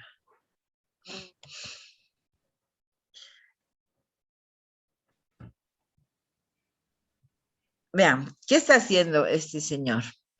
Este es Freeman. Esta es una camilla, ¿ya? Este es un paciente. Miren, lo están agarrando. Le está metiendo, miren, este es un martillo, ¿se fijan? Le está metiendo un cincel en la corteza órbitofrontal. Este se llama el experimento limpia parabrisas. ¿Y de dónde nace? Este experimento limpia parabrisas nace de este enfoque frenologista. Sucede que después de las 2 guerras Europa había quedado pobre, pero además había gente con trastornos psicóticos, psiquiátricos, después de las posguerras, que estaban en los asilos, estaban en los internados, pero medicados, gritaban. Era terrible, imagínense esas guerras, ¿no? De aquellas épocas, han debido ser terribles, donde se peleaba cuerpo a cuerpo, ¿verdad? Entonces dice que encargan a los científicos de esa época y les dicen, busquen algo para calmar a estos pacientes. Entonces Freeman dice, se acuerda de esto que había pasado antes. Este es Phineas Gage, ¿ya? Este es Phineas Gage. Este era un señor que era capataz de uno de los ferrocarriles en Europa. Era un señor muy, muy moral, muy correcto. Era un capataz, ¿no? Tenía su esposa, asistía a la iglesia los domingos. Y sucede que obreros estaban más allá poniendo las rieles para el tren, arreglando, y empiezan a pelear. Y en esa pelea revienta una dinamita, con tan mala suerte que le entra una varilla de esas que estaban para armar para los trenes, y la varilla le entra por aquí. Otra vez, miren, por la corteza orbitofrontal, y entra, destruye esta parte, llega a la zona motora, pero después este señor Phineas Gage hablaba, caminaba, pensaba, resolvía problemas y no pasaba nada. Y dicen, qué raro, ¿por qué? Porque si tenía una lesión en el cerebro, la lesión ha sido aquí, en esta zona prefrontal. Entonces, ¿qué se ha descubierto? ¿No? Ay, perdón.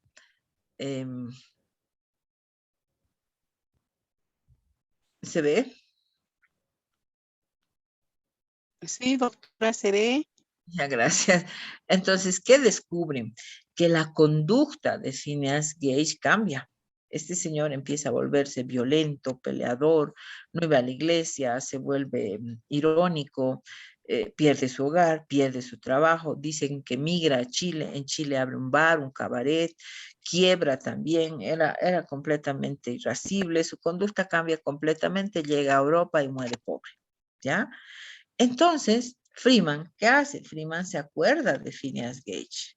De este Phineas Gage, Freeman se acuerda y dice, algo pasa con esta zona prefrontal. Entonces, él hace el experimento limpia parabrisas. ¿Qué es lo que hace?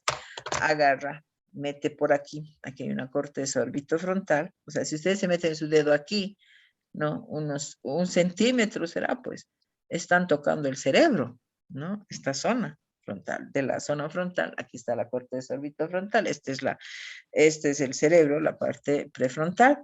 Entonces él agarra esta varilla y empieza a destruir la zona prefrontal. Y por eso le llama el experimento limpia parabrisas. ¿Y qué ocurre?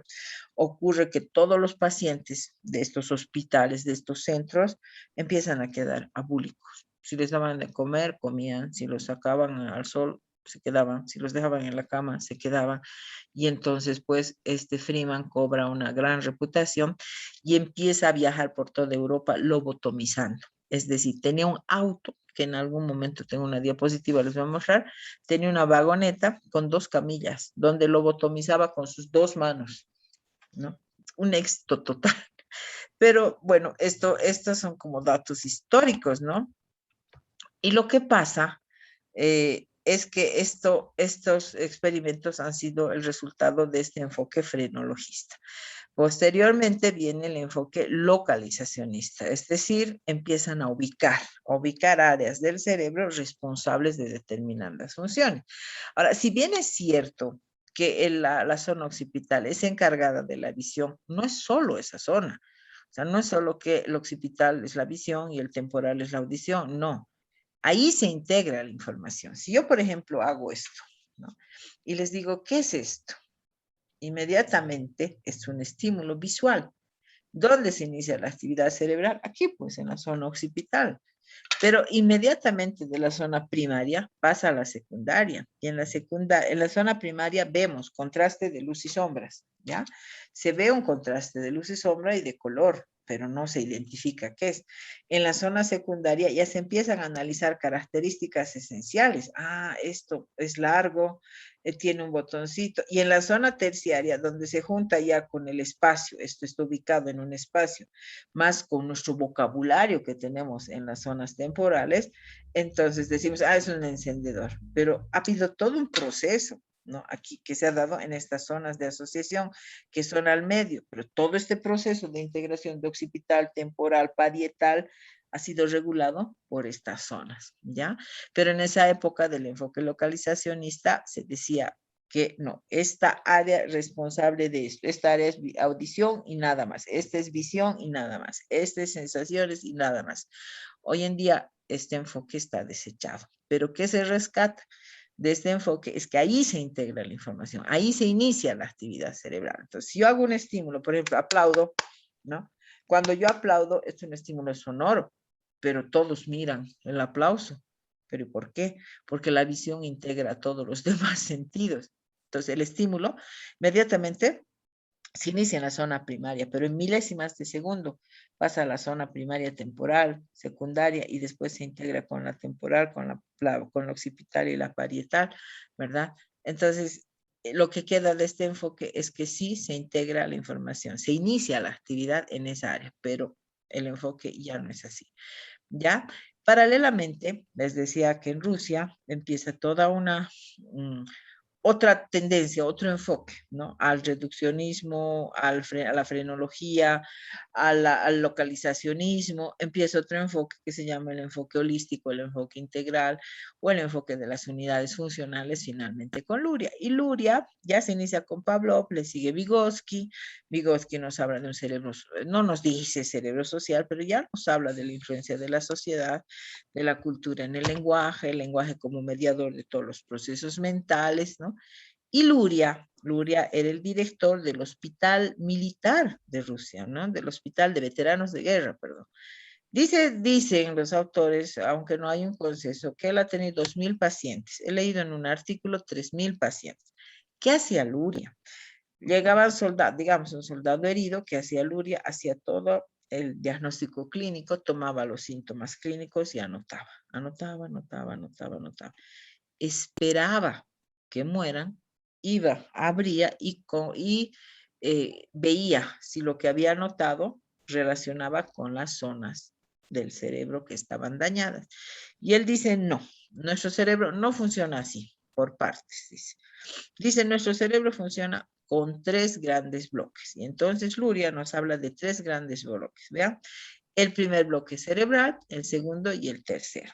¿Cuál es el primer bloque cerebral? Fíjense aquí, esta parte, ¿ya? La parte más primitiva, si quieren, la parte que es la responsable de la vigilia, de la atención que me mantiene vivo, no de la atención para una clase, ¿no? Sino de la atención, de la orientación, del sueño, del hambre, de la regulación de la temperatura corporal, ¿no? Básicamente la vigilia, la conciencia o la inconsciencia. Si alguien se golpea aquí, puede quedar en estado vegetal, ¿verdad? Entonces hay esa unidad. Esta unidad es la unidad 1. Luria le llama el bloque 1, está compuesto por el sistema reticular activador ascendente que da inicio a todo el proceso cortical, pero Luria dice que estas unidades no funcionan en serie, que aquí se enciende, luego aquí, no. Él dice que son en paralelo, ¿ya? En paralelo, porque ni bien se activa aquí, inmediatamente se empieza a seleccionar, filtrar estímulos, zona primaria, secundaria, terciaria, y todo es regulado desde esa tercera unidad funcional. Entonces, Luria nos muestra ese otro enfoque de cerebro. En 1990 aparece un nuevo enfoque, y es el enfoque de la plasticidad cerebral, ¿ya? La plasticidad cerebral es para nosotros el sustento, porque como educadores no podríamos hacer educación si pensamos que nuestro cerebro es un órgano estático, ¿no? Sabemos que tenemos un órgano plástico, un órgano que se modifica, inclusive se modifica a sí mismo, les decía, ¿no? Que se adapta, se readapta, se reorganiza, y eso es gracias a la plasticidad cerebral. Entonces, la plasticidad cerebral para nosotros es un nuevo enfoque, pero que es el sustento mismo de la educación. ¿Por qué? Porque nosotros estamos moldeando ese cerebro plástico de nuestros estudiantes, ¿no? Y lo que hoy en día, bueno, hay algunos principios de la plasticidad cerebral, y esto es para el aprendizaje. Por ejemplo, todos sabemos, es bien sabido y bien conocido que si no hay repetición, pues no hay aprendizaje. Pero ¿qué sucede? La neurociencia nos muestra que cuando algo es nuevo, hay sinapsis, ¿verdad? Si esta sinapsis, si una vez nomás enseño esto, por una capacidad residual que tienen las neuronas en su sinapsis, esto puede durarme mañana, puede durarme pasado. A las 72 horas, si no refuerzo eso, neuronas que emiten separadas se disocian y ya no hay aprendizaje. Entonces, si yo enseño hoy día esto, pero el miércoles sobre esto, un poquito más tarea, más foro, ¿sí? Entonces, estas sinapsis se van a multiplicar y se va a formar una red. Fíjense, esta es una neurona en estado natural. Esta neurona es durante el entrenamiento, y fíjense, una neurona tras el aprendizaje. ¿Qué ha cambiado? A ver, ¿quién se anima? ¿Qué ha cambiado entre esta primera neurona y la tercera neurona? ¿Qué cambió? Claro, es una representación gráfica nada más, ¿no? ¿Qué ha cambiado?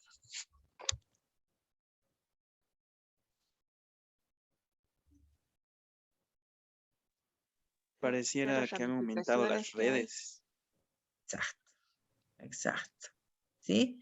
Eso es lo que hace la educación. La educación activa verdadero, dice José Antonio Marina, verdaderos bosques cerebrales, o sea, activa redes de neuronas. Y eso es lo que hace el aprendizaje. Pero ¿qué nos dice la plasticidad cerebral? Nos dice que una vez no es suficiente. Además que el estímulo tiene que ser específico. Además tiene que ser durante cierto tiempo. Además tiene que ser 3 veces por semana, digamos, ¿no? Dependiendo de, como ha dicho el colega, de la edad, ¿sí?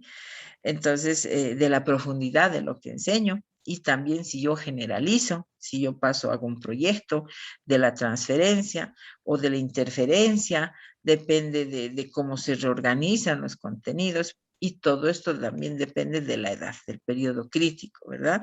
Entonces, todo esto nos muestra la plasticidad cerebral. Entonces, por eso yo les digo, la plasticidad cerebral es el sustento de nuestra acción educativa. Si pensamos que nuestra acción educativa no va a modificar nada, entonces no enseñamos, ¿verdad? Pero si sabemos que vamos a modificar, es gracias a que este órgano es plástico, ¿sí?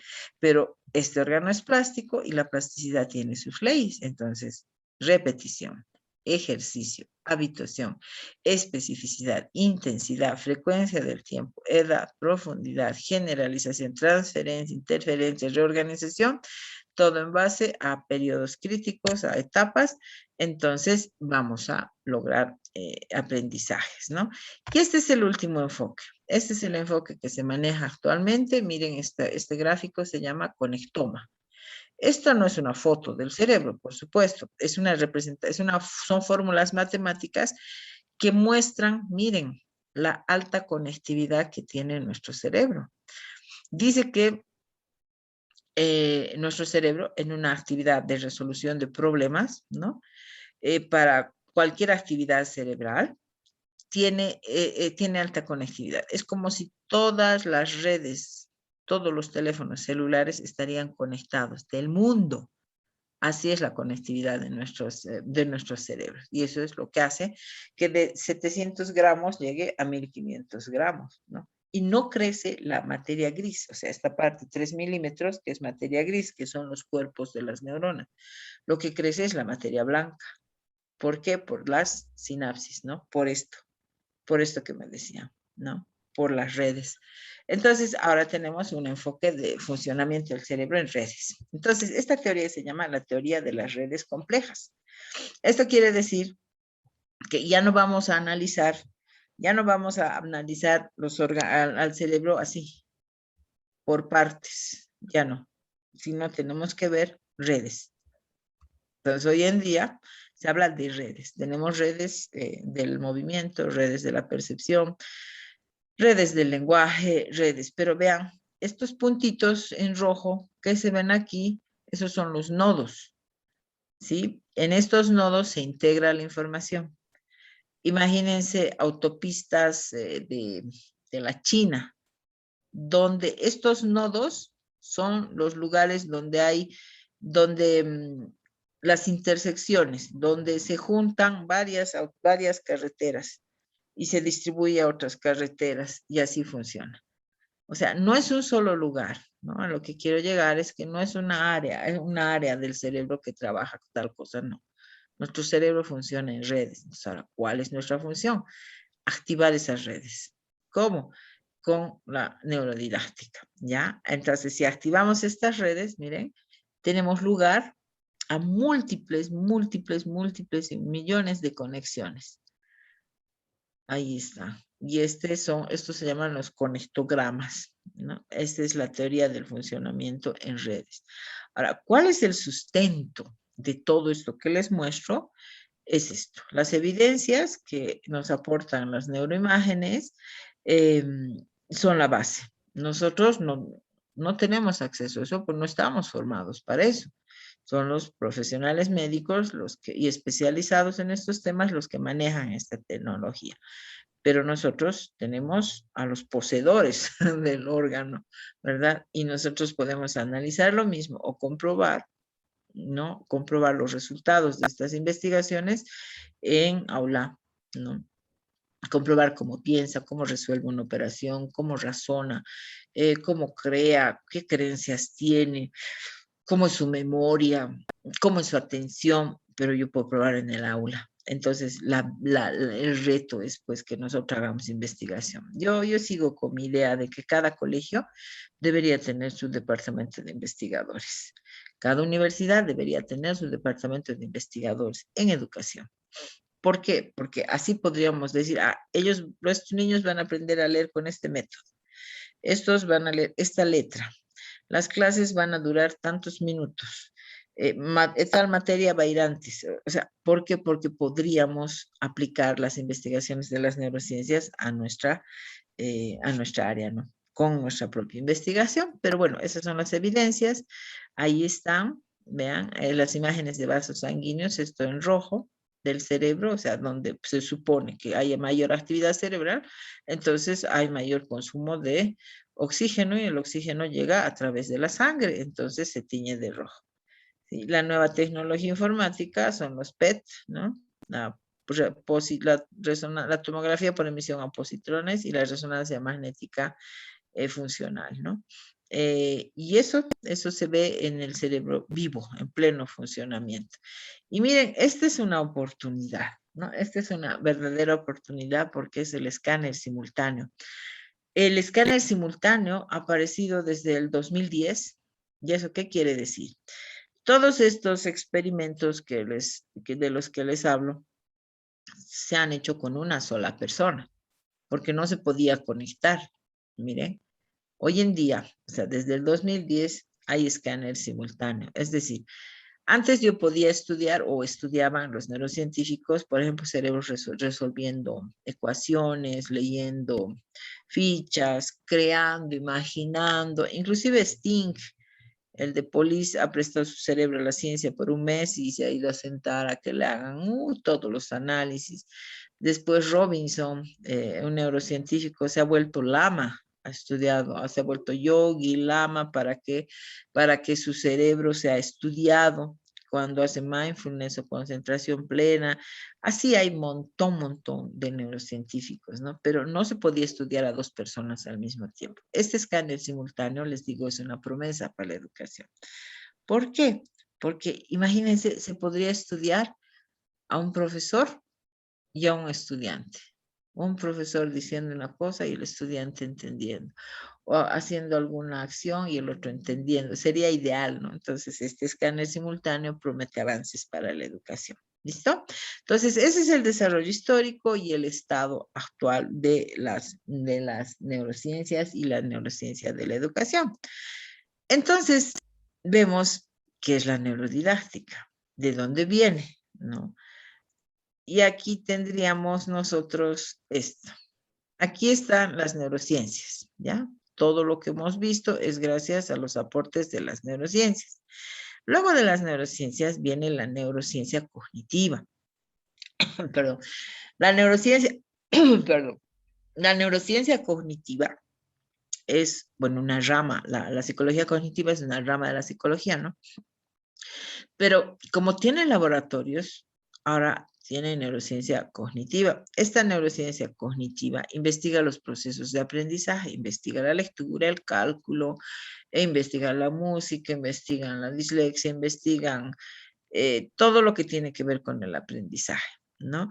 La resolución de problemas, el pensamiento, el razonamiento, se investiga bastante, ¿no? Entonces, la neurociencia cognitiva da sus aportes específicamente a la educación y se conforman las neurociencias de la educación o la neuroeducación, que es el cuerpo teórico que va a sostener, va a ser la base científica, o sea, la base teórica de enseñar en base a las competencias que el cerebro humano tiene. Pero la parte práctica, el cómo, va a estar aquí en la punta, en este vértice de este triángulo invertido, esa es la neurodidáctica. ¿Ya? Entonces, ¿qué será la neurodidáctica? Vean ahí, una palabra que englobe todas estas imágenes. ¿Quién se anima? ¿Qué palabra podría englobar todas estas imágenes? Una sola palabrita. ¿Qué ven ahí? Arte. Arte. Súper, gracias. Arte. Entonces, la neurodidáctica, desde este enfoque, sigue siendo nomás la definición antigua. No, a mí me gusta esa definición antigua. Es el arte de enseñar, ¿no? En base a conocimiento del cerebro humano y sus competencias o sus interacciones. Entonces, esa es la neurodidáctica. La neurodidáctica es esta parte. Esta parte es la parte práctica de todo este marco teórico. Investigación, teoría, aplicación. ¿Ya? Si aquí arriba, de aquí viene la investigación, hasta este nivel más o menos, aquí se forma la neuroeducación, o muchos hablan de neuropsicopedagogía también, pero lo que queda claro es que la aplicación de todo este proceso teórico, ¿sí? Miren, esa es la neurodidáctica. Entonces, si vemos, la neurodidáctica es el arte de enseñar. ¿En base a qué? A las competencias que el cerebro humano tiene, ¿ya? Entonces, ¿por qué decimos arte? Porque hemos hablado de plasticidad, ¿ya? ¿Qué relación existirá entre arte y plástico? ¿Quién se anima? Arte y plástico. Plasticidad y arte. ¿Me puedes relacionar?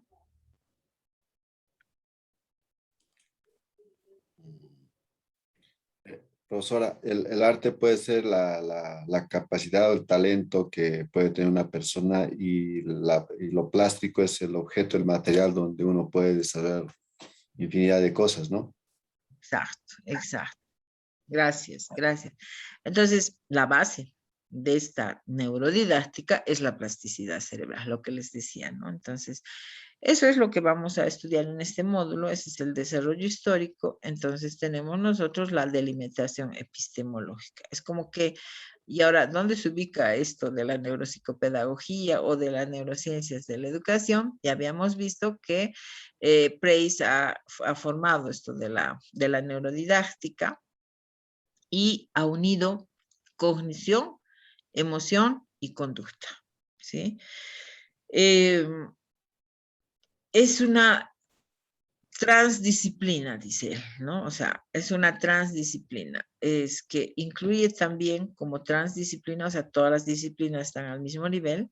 La educación, no por ser la educación, el objetivo último está encima, no. Están al mismo nivel. Las investigaciones de los laboratorios de neurociencia cognitiva, la psicología, la pedagogía, ¿no? Y inclusive se habla ahora de la neurobiología, la neurocultura, la neuropsicología.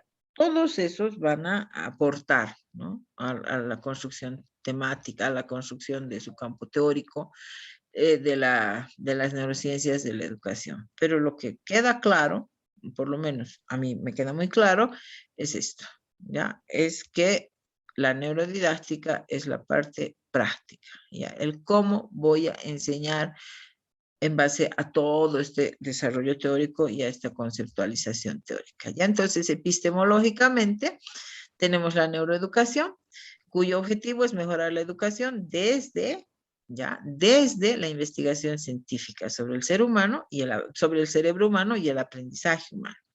Esto va a dar lugar a las neurociencias, ¿no? Las neurociencias nos muestran la estructura, la función del cerebro, la pedagogía nos muestra el aprendizaje y la psicología nos muestra las conductas y los procesos mentales. Todo esto va a dar lugar a la neuroeducación.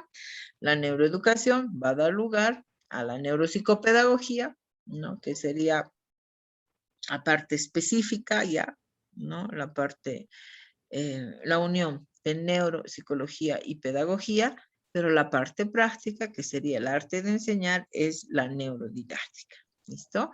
Entonces, hasta aquí tendríamos toda la parte inicial, todo el desarrollo histórico y la ubicación epistemológica de la neurodidáctica. Entonces, no tendríamos que confundir nosotros neurodidáctica con neurociencias de la educación, ni neurodidáctica con neuropsicopedagogía o con neuroeducación. Tendríamos que tener claro que la neuroeducación es todo el concepto teórico, ¿verdad? Que viene de la investigación. inclusive es la investigación misma. Ahora, la neurodidáctica es como yo aplico todo eso, ¿no? Bueno, ese es mi punto de vista. Tal vez hay otros autores que hablan también sobre esto, ¿no? No sé qué opinan, si tienen comentarios, qué parte les ha llamado más la atención de toda esta exposición.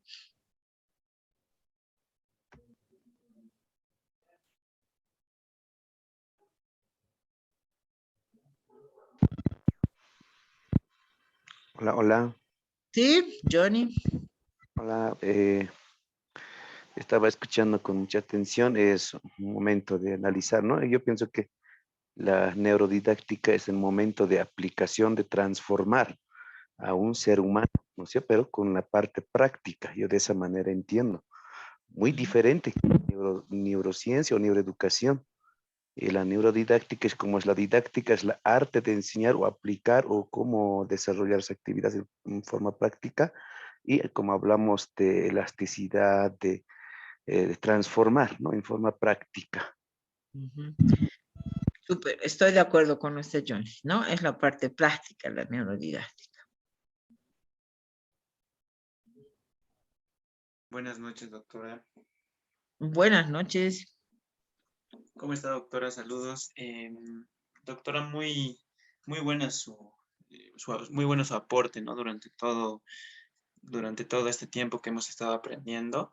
Y a mí me llama mucho la atención lo que usted mencionó, ¿no? Que no todo lo que es neuro podemos decir que es algo científico, ¿no?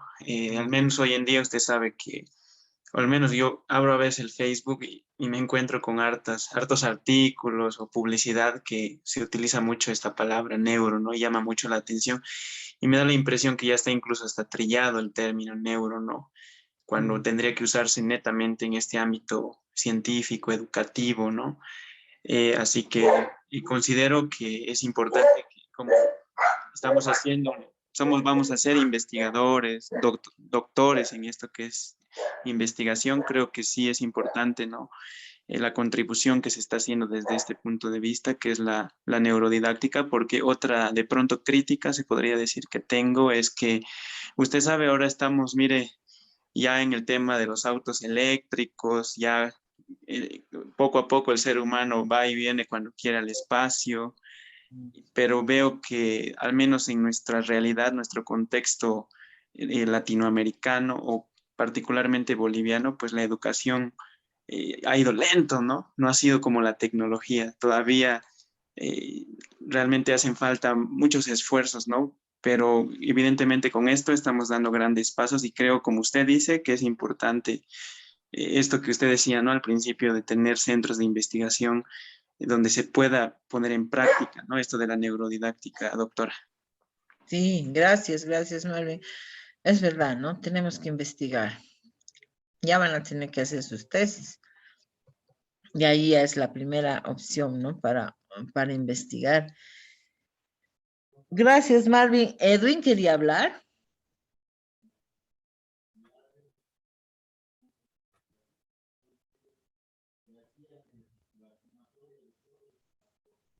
No.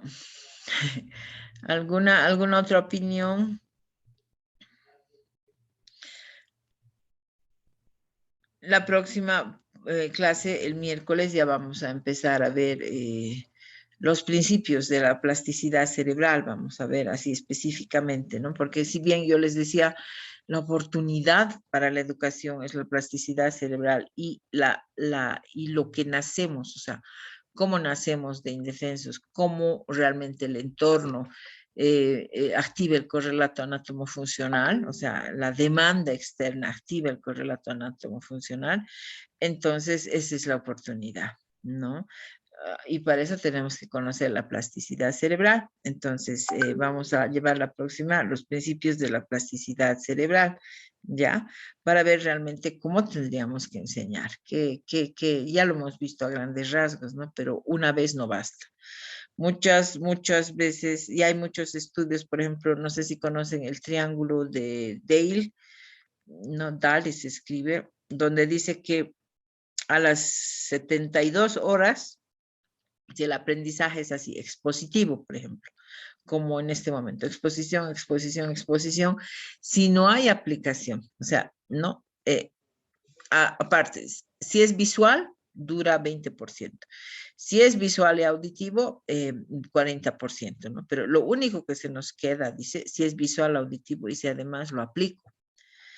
Y si no tiene significado, 72 horas nos dura. Entonces, claro, yo puedo estudiar ahorita de memoria y dar un examen mañana o inclusive pasado, ¿verdad? Pero ¿qué me garantiza que esto pase a formar parte de mis conocimientos previos, ¿verdad? Entonces, para nosotros, nuestro objetivo es que lo que enseñamos se quede y pase a formar conocimientos previos, sobre eso se vaya construyendo.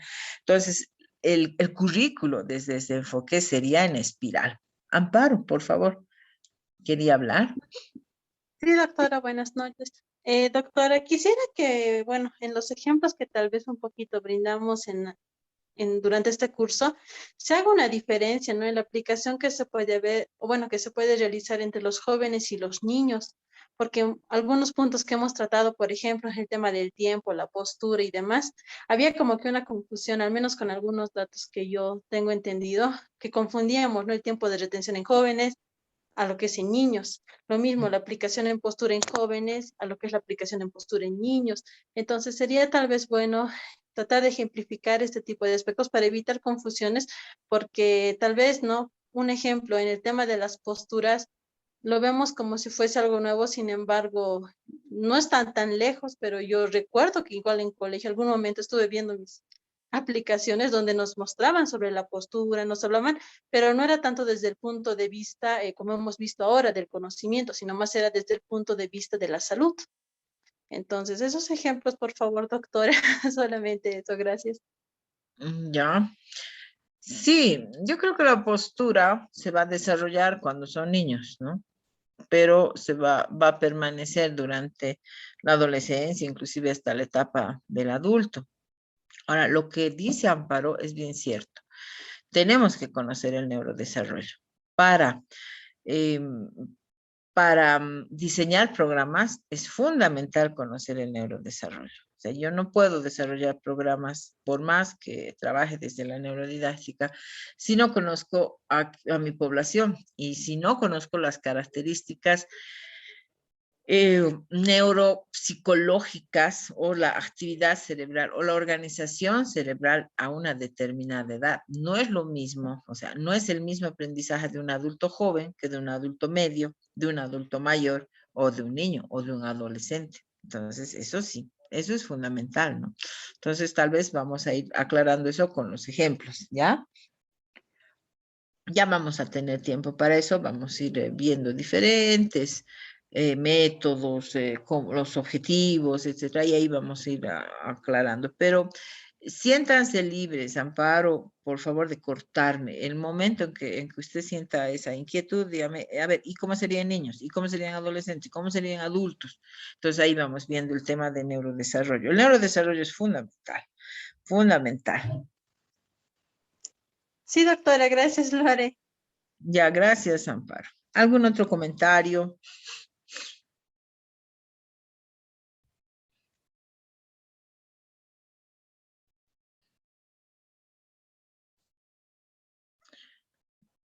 Nada.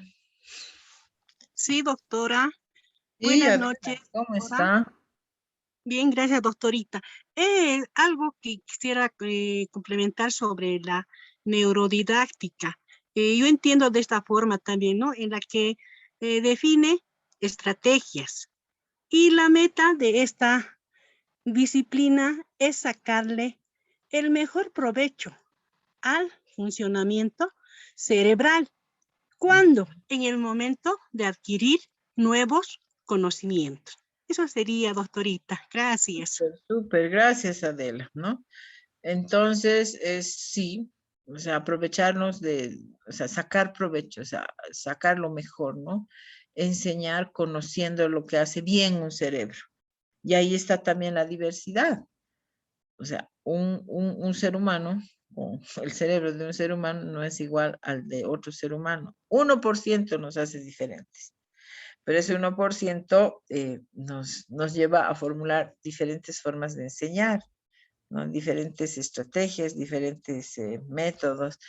Y yo creo que la neurodidáctica va más allá de las estrategias. También puede tocar métodos, puede tocar contenidos y sobre todo tiene que tocar, van a ver ustedes, el viernes vamos a avanzar el modificador cerebral. Nosotros tenemos que primero ser modificadores cerebrales. Y ahí vamos a tocar temas como la creatividad, vamos a tocar temas como conocer la teoría de la mente, o sea, qué cosas tenemos que desarrollar nosotros, o sea, qué habilidades, desde lo que nos dice la neurociencia. Porque no podemos modificar si nosotros no nos modificamos antes, ¿no? Entonces hay un principio de congruencia también. O sea, se dice, ¿no? Así comúnmente que repiten lo que ven, no, repiten lo que oyen y hacen lo que ven. Pero un principio de congruencia es que si yo voy a aceptar este rol de modificador cerebral, también yo tengo que saber cómo funciona y cómo podría yo modificarme para responder a este enfoque, ¿no? Entonces, interesante su postura y eso vamos a ir viendo también. Yo creo que ya en la segunda semana, ¿sí? ¿Algún otro aporte?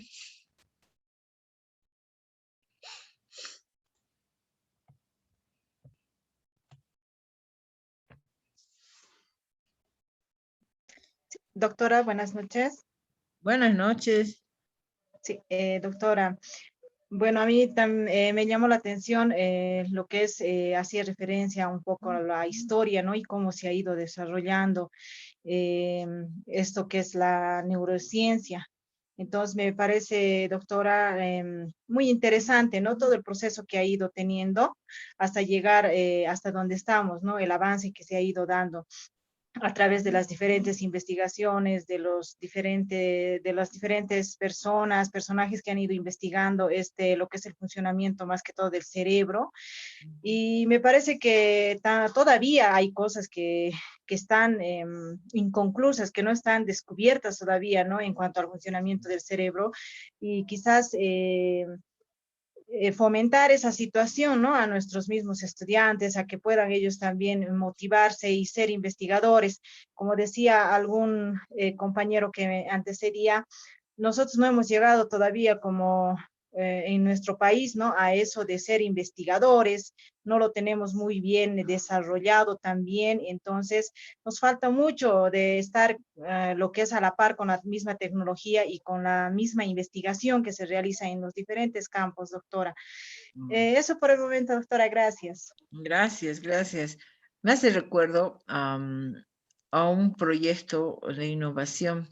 Me han contratado para una consultoría hace antesitos de la pandemia, de la cuarentena, y he hecho un proyecto con adolescentes de la promoción de un colegio de aquí abajo, y el proyecto se llamaba Hackeando tu Cerebro. Entonces yo entraba y les decía, les hablaba a los chicos y les decía, ¿conocen al hacker, al más terrible hacker del mundo? Y algunos decían sí, y otros decían no. A ver, saquen sus celulares, a ver, investiguen, vean los hackers.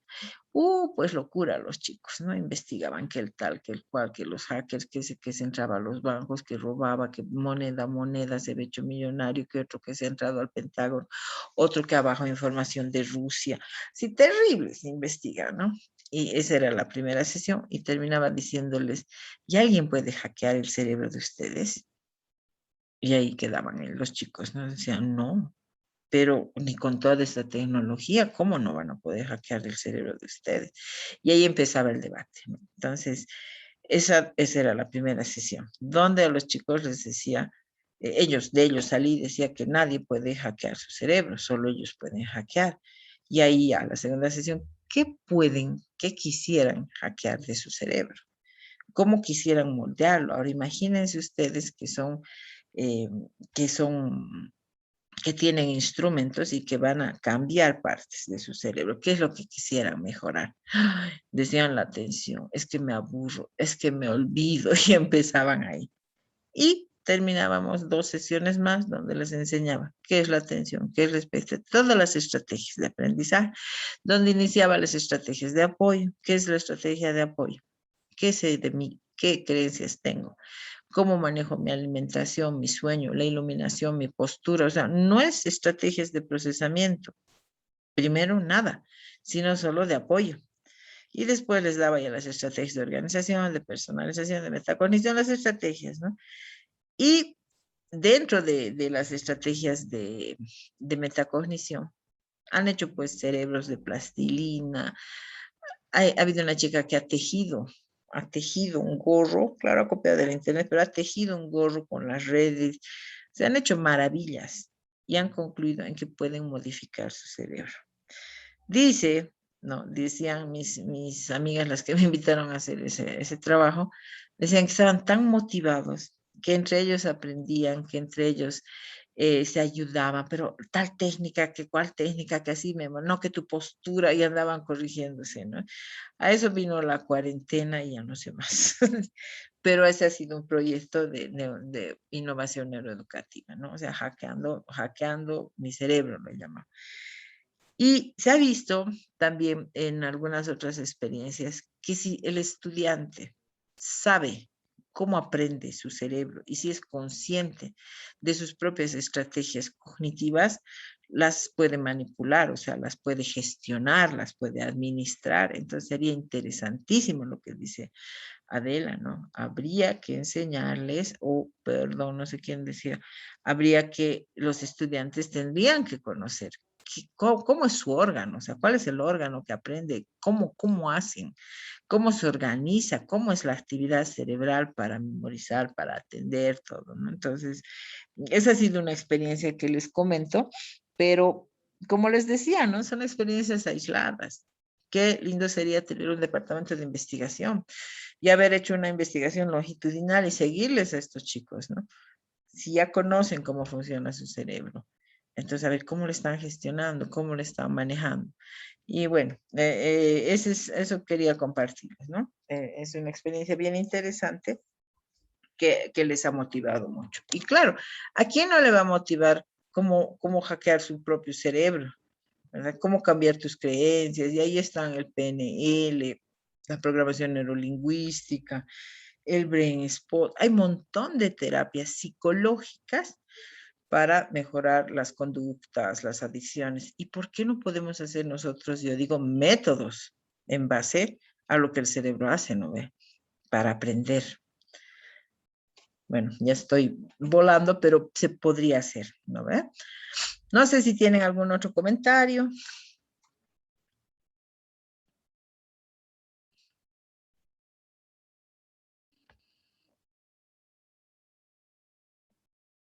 Entonces, nos vemos el miércoles, 7:30, por favor.